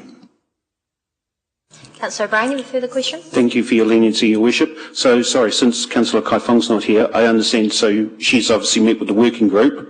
They've, as far as you're aware, have supported this option? Yes. Okay. So, in that case, can I ask, so we have a remit proposal in front of us for us to ask the government to legislate, I take it, or come up with some form of register. In that case, would we not be now, since we're talking with the working group, either putting it off till we say what's the replacement if they come out that they're not happy about the current scheme? If there's talk about, say, a bed levy or an accommodation levy across the board, would we be not better to do both all at the same time, a register and also funding? Yes, thank you. Do you mean the amount that each council will choose? Because there won't be any. Obviously, I can't predict what LG&Z will come up with, whether it's a flat, whether it's for us to pick our own, varying fees, whether there's a registration fee. Sadly, all this probably could have been done a couple of years ago when we first talked about a short-term accommodation rate. But anyway, now that we have what we have, for me, I'd rather, perhaps it would be better for everybody if we combined a register and also looked at the Christchurch option or another council's option. Yeah. Thank you. We do require 5 councils, isn't it? Sorry, I think off the top of my head, I believe it's 5 councils to support the remit. I have asked some mayors and believe that once we adopt, if we do, this remit going forward, I will then seek formal approval, just as we in May's council meeting, or shortly, if there are any remits from other councils, then we will choose to support them or not. So first of all, I will get support from other councils. We'll then lodge it with our G&Z if it's still accepted. The purpose of having the register is that means that all councils, the legislation that's required by government, if they do it, all councils will have access or be able to use a register. How much the councils choose to charge on that will be completely up to them. The register, it's the key concern that we have now and what we require is the register to be put in place for in the first instance. So can I just, sorry, if you don't mind a question on this, just so I'm fully aware of what it is we're trying to propose. So anyone that commercially benefits from renting out accommodation would fit into that register. Is that what we're asking the government to provide us? It would be specifically on short-term accommodation that is not, my understanding, already captured under commercial ratings, so it will not be a double up. So we're thinking that Airbnbs, the Booker batches, those that aren't captured in an already set commercial rate for tourism accommodation. Is that the correct title? Okay, thank you. Thank you. Councillor Wadu. Tēnā koe te manukura, tuatahi kai te tautoko hope, so that's that aside. Just wondering, is there a limit to how many remits a council can submit? I'm very sure there's not. Some councils in the past have had a number that they've put forward. Good to know, thank you. Councillor Patterson. Thank you, Your Worship. Just a black hat question popped into my head. We go to all this effort, the government thinks, oh, that's a great idea. In fact, we'll take that. Is there any chance we could lose this and they tax it? Councillor Patterson, through you, Your Worship, there's been quite a lot of debate as to why this is worded as a register rather than as an additional charge, and that's partly to avoid exactly the scenario you're describing, whereby we, if there were to be an application for a tax or a levy, then there would be a debate about who gets it. The point of a register is that it's information, and then councils can use that information. Government might want to choose to use that information as well. Thank you. I do note this current government has signalled no new taxes, which is why we've suggested through this remit that we focus on a register, as any levy might be, such as a bed tax levy, might be seen as a new tax. But they did increase the tourism levy. They increased the international visitor Not that we'll see levy, it, but... And unfortunately that just went entirely to Department of Conservation. Your Worship, could I just ask, sorry, so we have a bylaw compelling people to register anyway, don't we? No bylaw at all. Right, okay. This will provide us with the ability to be able to seek that information and have a database. And we're not able, we don't feel we have the legal right to put in a bylaw in that way? This is why is this why we're asking for government to... I might just ask JP to respond to that. Councillor, we have not explored the legal options around a bylaw. I think we've talked about it previously as an option to investigate, but we haven't investigated. Oh, would that not have perhaps... Okay, all good. Thank you. Thank you. I will move this. I'll ask for a seconder and then see if there's any discussion. I'm happy to move this, seconded by Councillor Waru, and I do really want to acknowledge the work that Councillor Kaifong has put into putting this together. I know that this is something that has been a discussion amongst councillors, and we just wanted to make sure that it will be put forward. I will also note that I do think that regardless of whether LGNZ support this or not, whether it meets the criteria to be put forward as a remit, that discussions need to continue. And I understand that LGNZ is already in quite far ahead in their discussions with the tourism industry in New Zealand about moving this forward anyway to government. So just ask if there's any final discussion on this. No, I will update councillors just by email to confirm when we do have the 5 councils to support this, but otherwise I will put this forward to the vote. All those in favour, please say aye. Any against? That's carried. Thank you. We now move to our non-financial performance report for quarter 2. Planning on having lunch at some stage, Madam Chair? Yes, 1 o'clock. Oh, okay. Yeah. Thank you. Yeah, we'll just take this one and then we can look at having a break at 1 o'clock. So page 65, may I please have a mover and a seconder the non-financial performance report quarter 2 be received. That's moved by Councillor Barker, seconded by Councillor Wang. All those in favour to receive, please say aye. And I'll invite Greg to overview this report. Good afternoon, councillors. Thank you, Your Worship, and through you. This report, the purpose of this report is to report back on our quarter 2 performance measures, which is up until the end of December. I'll take the report largely as read. I just want to highlight 1 or 2 areas. So I wanted to just highlight the not measured measures that have come through. We've got 14 that have not been measured to date. Of that, so we have a number that are just 3 that we are working through some of the refinements of the process and the data capture of that. We have some that rely on a once-a-year annual survey, and some of those surveys happen later in the term, so quarter 3 and quarter 4, and we'll have those results ready for the end of the financial year. 4 of those relate to KPIs that Rotorua NZ are currently working on some of our commercial activities, sitting in the spaces, places, and recreation activity. And then we've got 3 measures that rely on a survey that is conducted, our residents' experience survey, and those are just currently reporting low numbers. At the end of the year, we'll have an aggregate of all the numbers together, and we'll have a result for that. But for the sample that we pulled through for that quarter, they were low, so we didn't have a result for those. Sorry. So. I also wanted to highlight that we have 27 mandatory measures, 24 of which are set by the DIA and relate largely to our infrastructure activities. And you would have noticed from the report that those have performed really well over this quarter. The remaining 3 sit within the district development space around consenting and resource consenting, and that's an audit requirement that we go through every annual report. So I'm happy to take questions. If there's any that are slightly detailed, I might ask the GMs to respond to the different areas. Thank you. Any questions? Councillor Patterson. Thank you, Your Worship. And just going to your comment that you made that some of the responses were rather low, is there any reason why you think that might be?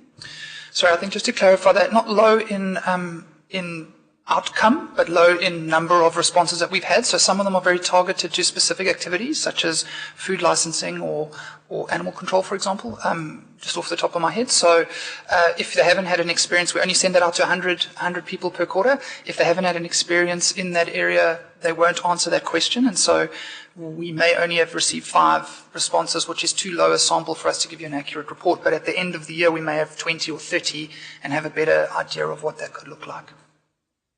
20 or 30 out of 1,200? Sorry, out of 400. 400. Depending on the results. So you would have noticed in some of the activities that we had 80 to 90 respondents for those satisfaction survey questions. It just depends on their experiences with council over that term. Right. Okay, thank you. There appear to be no other questions. So we don't need to move anything else. That will just... Thank you very much, Greg, for overviewing that report. So we now move to the next item. This is appointment of dog control panel. May I please have a mover and a seconder to receive this report? Thanks. That's moved by Councillor Wang, seconded by Councillor Waru. And we'll take it mostly as read, but I'll just invite Greg to overview the report as well. This is page 69 in your agenda.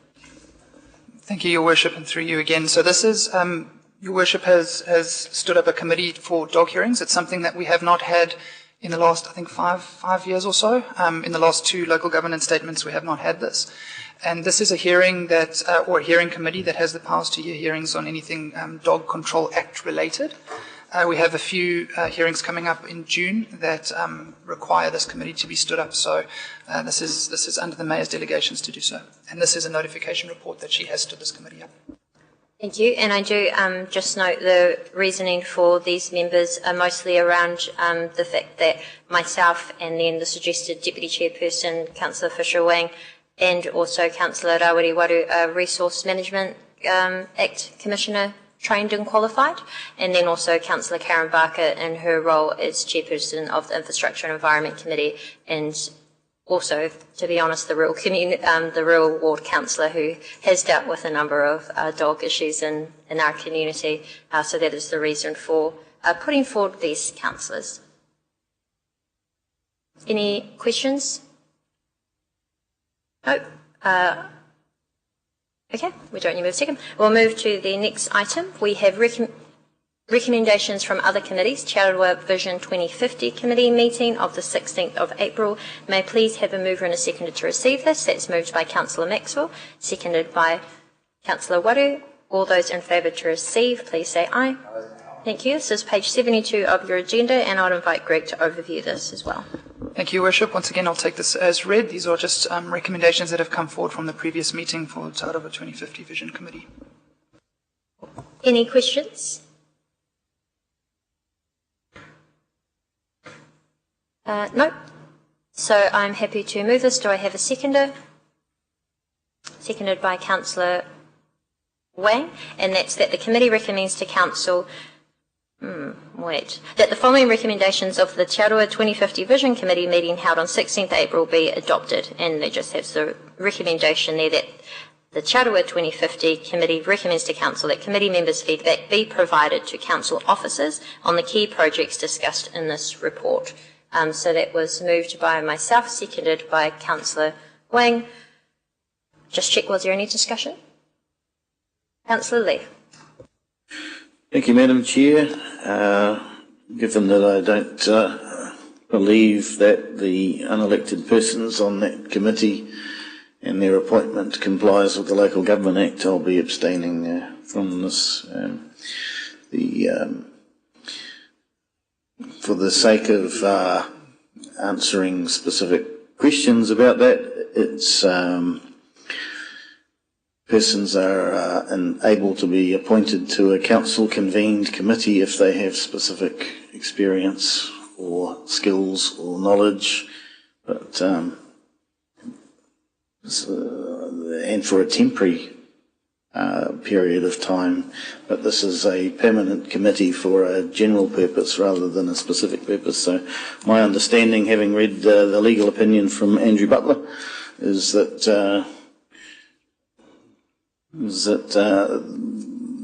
this sort of takes us back to the days when the partnership was established with Te Aroha, when we had the Strategy, Policy and Finance Committee and the Operations and Management Committee, and they made recommendations and it had to be, approved by council. This is a committee structure I can't support or endorse, so I'll be abstaining for that reason. Thank you, Councillor. You are welcome to, but the committee has already been established under the partnership, which has been committed to by this council as well. So I do just want to note, though, that if you're not aware already, the members of Te Tātua Taurua are incredibly experienced and qualified. I think we have a number with PhDs. We certainly have a number that have held leadership roles within this community for quite some time, and we're very fortunate to have their experience as we undertake looking at the priority areas we have collectively identified. And there appears to be no further discussion, so I will put that forward to the vote. All those in favour, please say aye. Any against? And we note your abstention, Councillor Lee. I think we can take one more before the break. We have the financial update, and this is the additional agenda that's in Stella. On page 3, invite David Jensen to the table and just ask for a mover and a seconder that this report, financial update for March, be received. That's moved by Councillor O'Brien. I'm happy to second. All those in favour, please say aye. Aye. And also welcome Michelle Overbeek as well to the table. Good afternoon, Your Worship and elected members. So this report covers the Council's financial performance to the end of March 2025, which is the third financial quarter. So just to note that the presentation I'm about to go through is slightly different to the version in Stella, but will be uploaded very shortly. We just noticed a small transposition error there that we've corrected. In terms of Council's revenue, we are near $9 million behind our total year-to-date budget, and again, it's largely due to financial contributions and the capital revenue, so development contributions and the capital revenue tied to subsidies for capital projects. But it's worth stopping to note here that Council has two opportunities to close that gap in June, essentially. So if we look at the nature of some of those capital subsidies, some are paid in arrears after we can prove that we have demonstrated that we have reached certain milestones in capital projects. So, for example, the feasibility work for some of the IAF projects, we don't get our money until we can prove that we've performed that work to the milestone standard. So that is paid in arrears. The second opportunity for us to close that gap is where we have received money well ahead of when the work is to take place, and I'm referring there to the museum. At the end of 2024, in the annual report, we had $9 million sitting in our balance sheet as revenue in advance for the museum, and in June we'll have an opportunity to review the work that's been achieved through 2025 and test what milestones have been achieved for us to claim that revenue in our P&L. So yes, we are tracking behind year-to-date budget. We do have 2 opportunities in June to close that, but I think realistically, with some of that development contribution revenue, it's unlikely we will achieve the full budget for the year. In terms of our expenditure, we are over budget compared to the annual plan. I'll go through it probably more fulsomely in an upcoming slide. Most of that is due to the way that the RLC Works budget has been brought in. Just the way that separating out some of the expenses that were contract payments into now coming through as staff costs and the like, is coming through a little differently. And there are some transition costs for the events and venues through the Rotorua NZ that I'll touch on briefly as well. Our capital expenditure is 21 million behind year-to-date budget. So at the end of March, we had achieved 60% of our full-year budget. So 3/4 of the way through the year, we've achieved 60% of our full-year budget. The projects that haven't reached their that are behind budget are largely renewal projects that are forecast to happen over the remainder of the year, or projects such as and growth with IAF, where we're waiting on variations to be approved.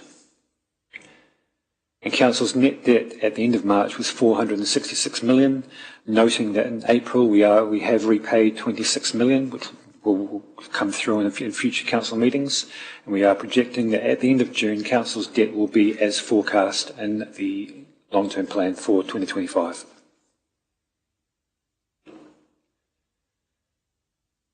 I guess when we look at Council's overall operating environment, we are sitting at an operating level at a surplus of about 200,000.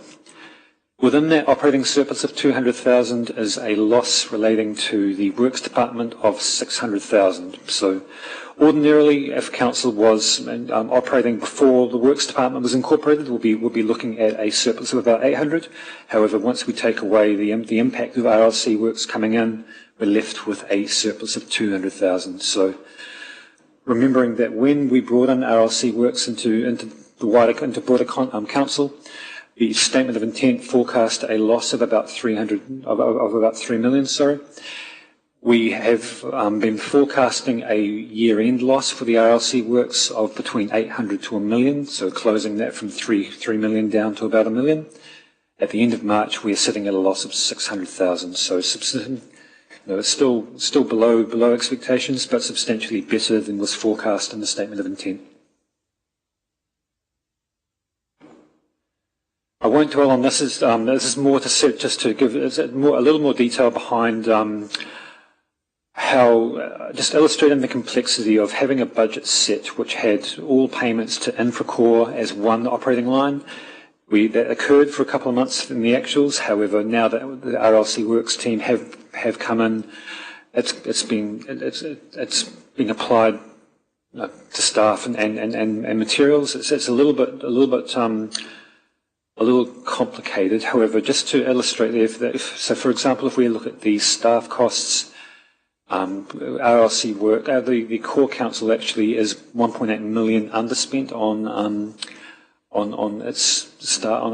staff and personnel costs, and the overall loss for the RLC Works, the bottom line there being 600, the overall surplus for the rest of council being 800,000, and the residual operating surplus for all of council combined at 200,000. And lastly, just with the capital program, I mentioned there that we are 60% spent on our full year budget. The areas that are underspent at the end of March are our renewal budgets and some of our growth-related budgets.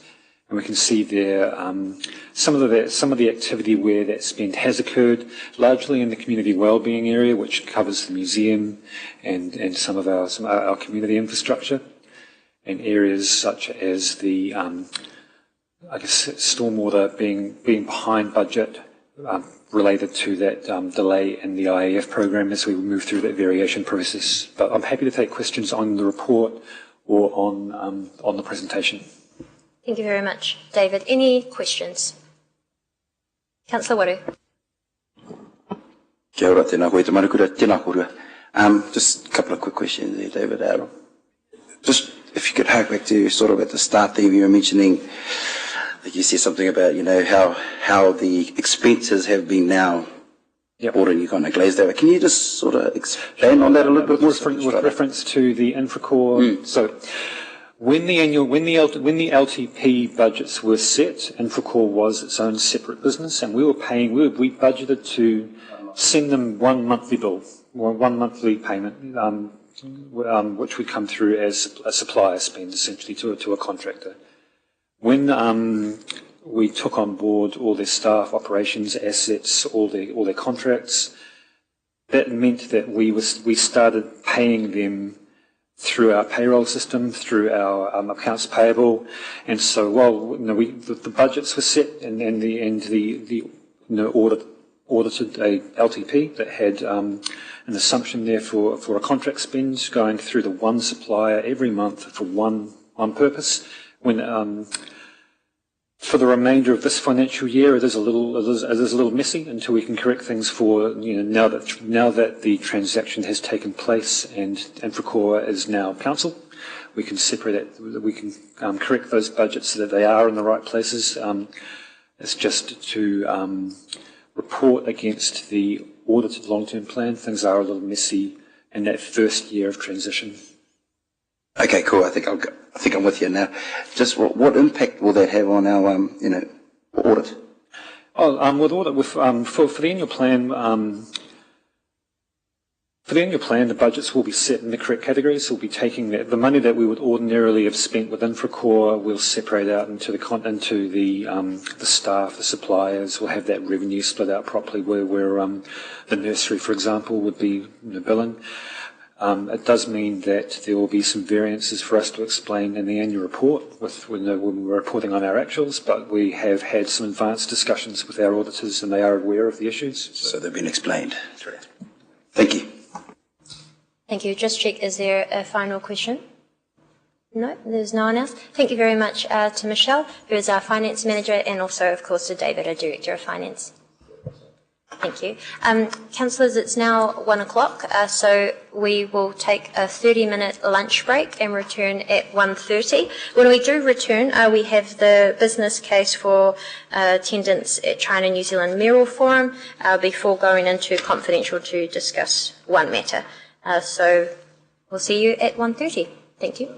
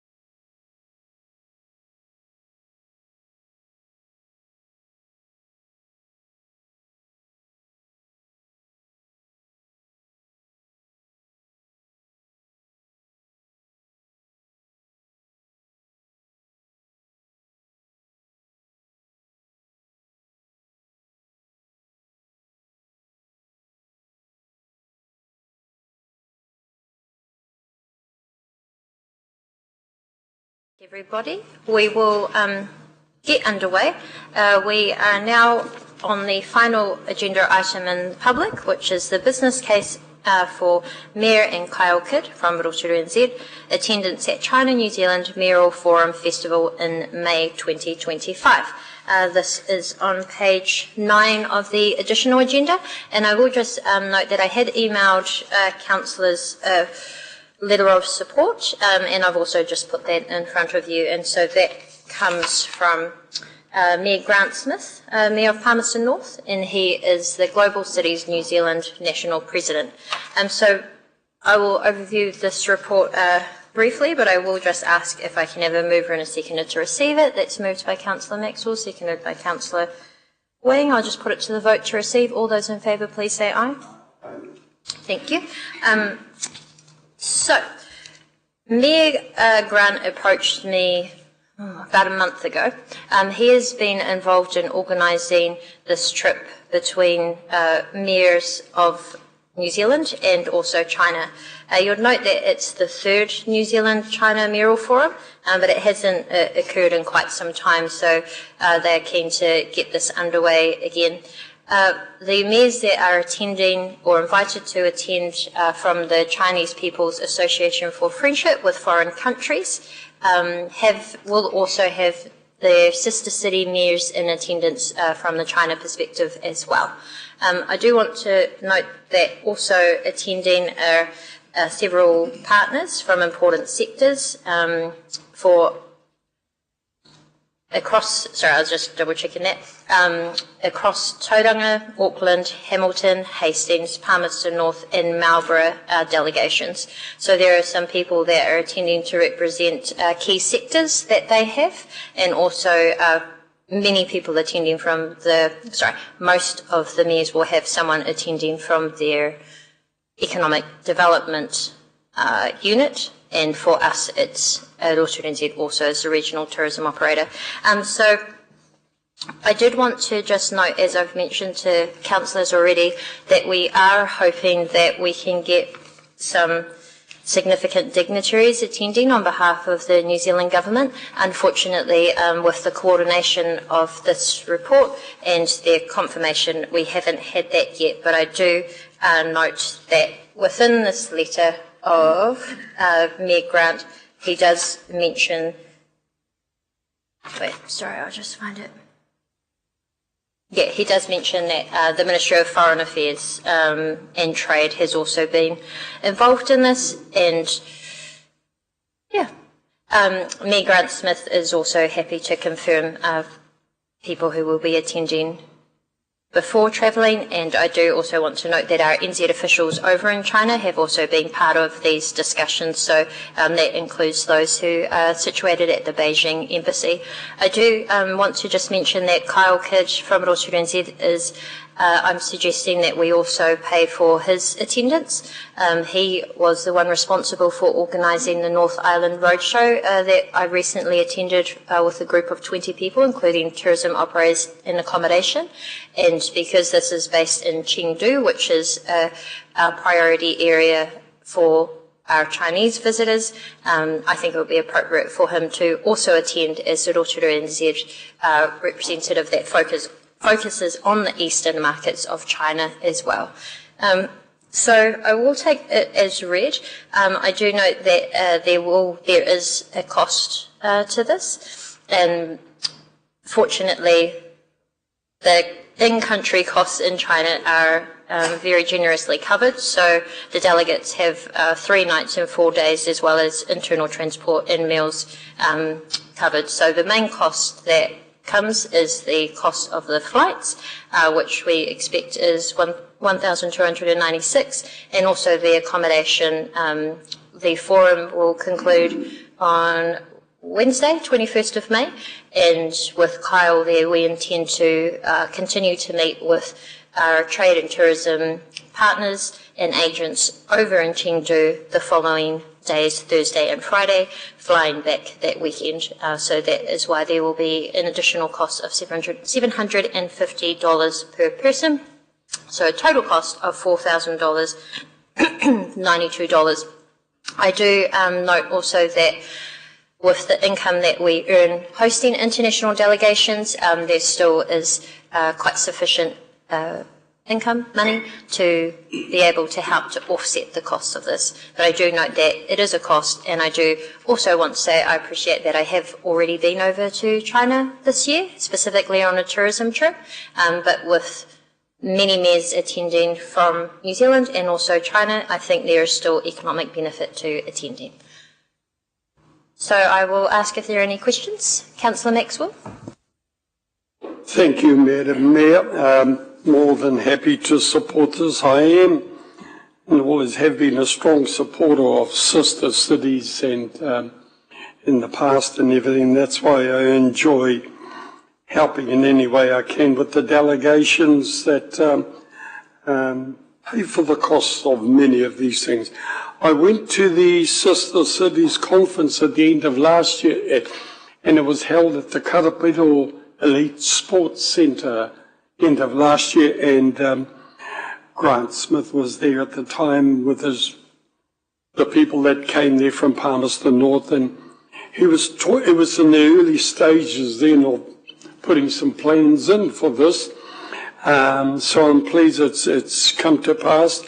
The other thing that I'm pleased about is our own sister city over there, Wuzhong, which is out of Suzhou there.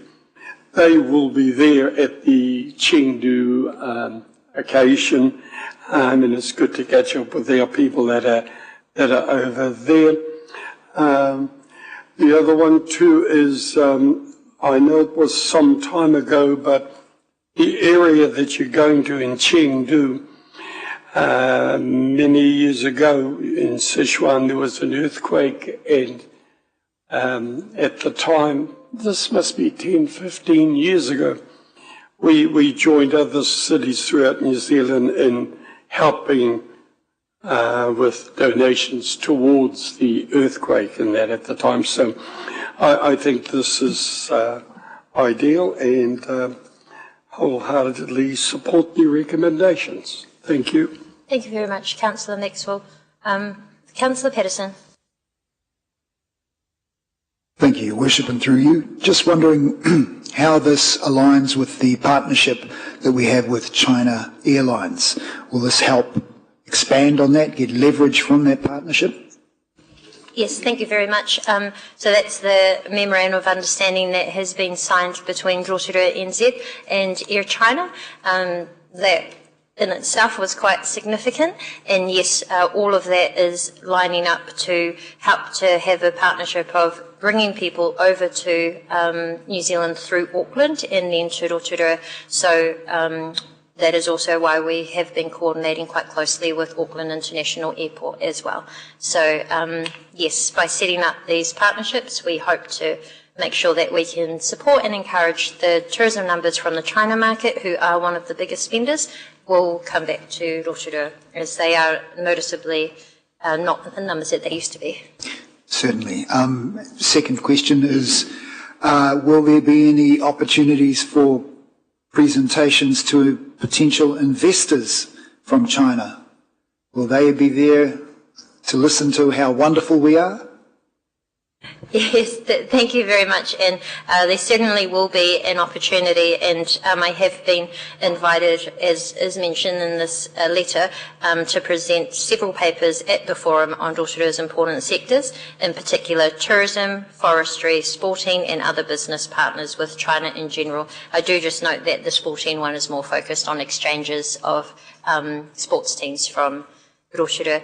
And I do just want to acknowledge that we have been very good at hosting people here in China. One of the things I'm hoping to establish is having better opportunities for our people to travel to China. They are very generous with their international funding, and just as this accommodation and transport is being paid, that is often the case for our sports teams that go over there as well, leaving only the cost of flights. So we hope to, not only for business, but also for connections from our communities. Kapai, because I remember back in COVID, we had the Chinese women's national sevens team based up at the stadium. I think they stayed at the Distinction Hotel, and they were stuck here for a very long time, maybe 7 months, something like that. They couldn't go home. So they'd come out to train with the Bay of Plenty over in Tauranga, at the mount there. And so we had them here at the stadium for a long time. So that would have benefited us substantially, and given us a bit of mana with their Chinese national sporting organisation. So, yeah, ka pai. Thank you. Thank you. Any further, any final questions? Councillor O'Brien. Thank you, Your Worship. Could I just ask in relation to an email you sent last night? So is it definite you're attending? I am hoping that the dignitary from the government will be confirmed, and then and then I am happy to attend. There is a chance that they may not, and so I've actually let the organisers know that if they're not attending, then I may actually withdraw. I wasn't sure at that stage what the feeling of the council was in terms of the benefit and the value of going, so I have actually left that open, and I'm hoping that we can get confirmation soon. So forgive me, so as representing Rotorua, so what's the difference if the dignitary is going, whoever it is? I just think it would be very valuable to be there alongside them, but I am also mindful that I have already been to China, and I think that it would have higher impact with the dignitaries being present. But again, I wasn't sure how the council felt about that. The key thing in needing to bring this forward to the council meeting was actually that given the time of the trip, this was the only council meeting on which I could get this approved within our international travel policy. Thank you. So I take it you want to go? Yes. yeah. Yes. Okay, thank you. Thank you. Okay, so there's no further... Oh, sorry, Councillor Waru. Tēnā wei te marukura ana. Tuatahi o te tautoko. Just a note in the letter, there was actually to lead a group of 6. Is it you only want to take 2? Is there any more? Was that including the dignitaries? No, they have been very generous offering to host a delegation of up to 6, including covering all of their expenses while in China. It's only due to our costs that we keep our delegations quite small. They have been large in the past, and it was quite common also for either a kapahaka group to attend, given the cultural significance of Rotorua, but unfortunately we don't really do that anymore. Oh, no, I only ask if there was one such as like maybe Wairiki Spa or Te Puie or something to beef the group up. Might have been an option, but kids bite. Stu, you and Kyle, support. Thank you. Also, what I suggest is if I do go based on the discussions there, the benefit of the mayors being involved in this is it opens up the doors straight to the decision makers and the leaders of their industries or city governments, their councils, and then from there, based on any discussions or desires that we have for future connection, then we come back and then we organise specific trips for them to go. Just as one example, with us signing the Pingtung Friendship City in Taiwan, Te Pātū has since visited and was hosted over in Taiwan, and they recently were here only I think a week ago, and they've signed a memorandum of understanding, so they're now collaborating as cultural parks, which is quite cool. So there are a number of different ways that we carry on the benefits once we have returned home. The main thing is establishing the relationship in the first place. Councillor Kiriopa. This is going to be a bit left field, but firstly I support any relationship building with China, given the politics of the world currently. But I do want to say, if for any reason the Mayor can't attend, I think it would be, for a number of reasons, beneficial to consider the Deputy Mayor attending in your place. Thank you. Thank you very much. That is a good point. Councillor Maxwell. Can I follow on with Councillor O'Brien just raised there? I didn't realise you were still thinking about it. I was being positive that I think this opportunity is actually it's at a pretty high level. Recently, when you went to China, that was a localised Rotorua NZ Te Puia event, which also was successful. But this one, I think, is at another level. I think hopefully you will take it, take the opportunity, and the funding is there from our delegations. Yeah. Thank you very much. I appreciate the support and the positive comments. And I might just suggest if Councillor Kiriopo or someone who wishes to move wants to add for Mayor Tapsell or a representative from Council, then that will ensure that it's covered in time. Yeah, or the Deputy Mayor. Yeah. Okay. Are you okay to do that? Sandra's going to come back and go, oh, okay. Thank you. That's moved by Councillor Kiriopo and seconded by Councillor O'Brien. I do know I haven't actually talked with our Deputy Mayor about this yet, but I appreciate the I appreciate the thought of having a representative. So.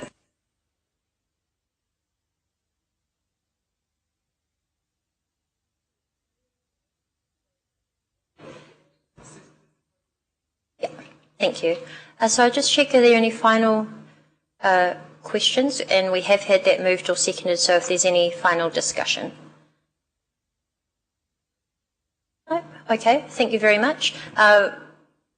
So we have point 2, that the Council approve the cost of, sorry, put on my glasses.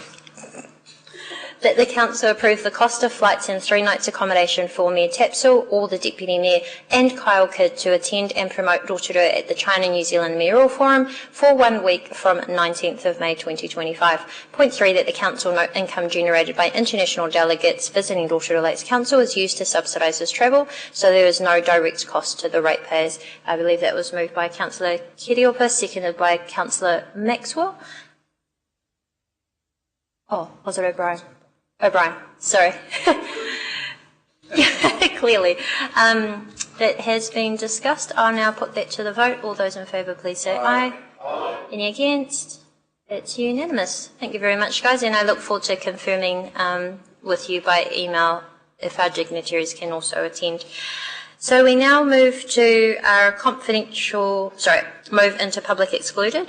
I do want to advise that there is one item for consideration, and the reason for going into public excluded is for Council to carry out commercial activities without prejudice or disadvantage. Consideration has been given to the public interest in this matter, and officers' advice is the above reasons for confidentiality outweigh the public interest in the matter. So, as for a mover and a seconder, that we move into public excluded on the grounds contained in Section 48 of the Local Government Official Information and Meetings Act. I'm happy to move that. Do I have a seconder? That's seconded by Councillor Wang. All those in favour to move into public excluded, confidential, please say aye. Aye. Any against? That is carried. And we'll just take a moment to turn off the live stream.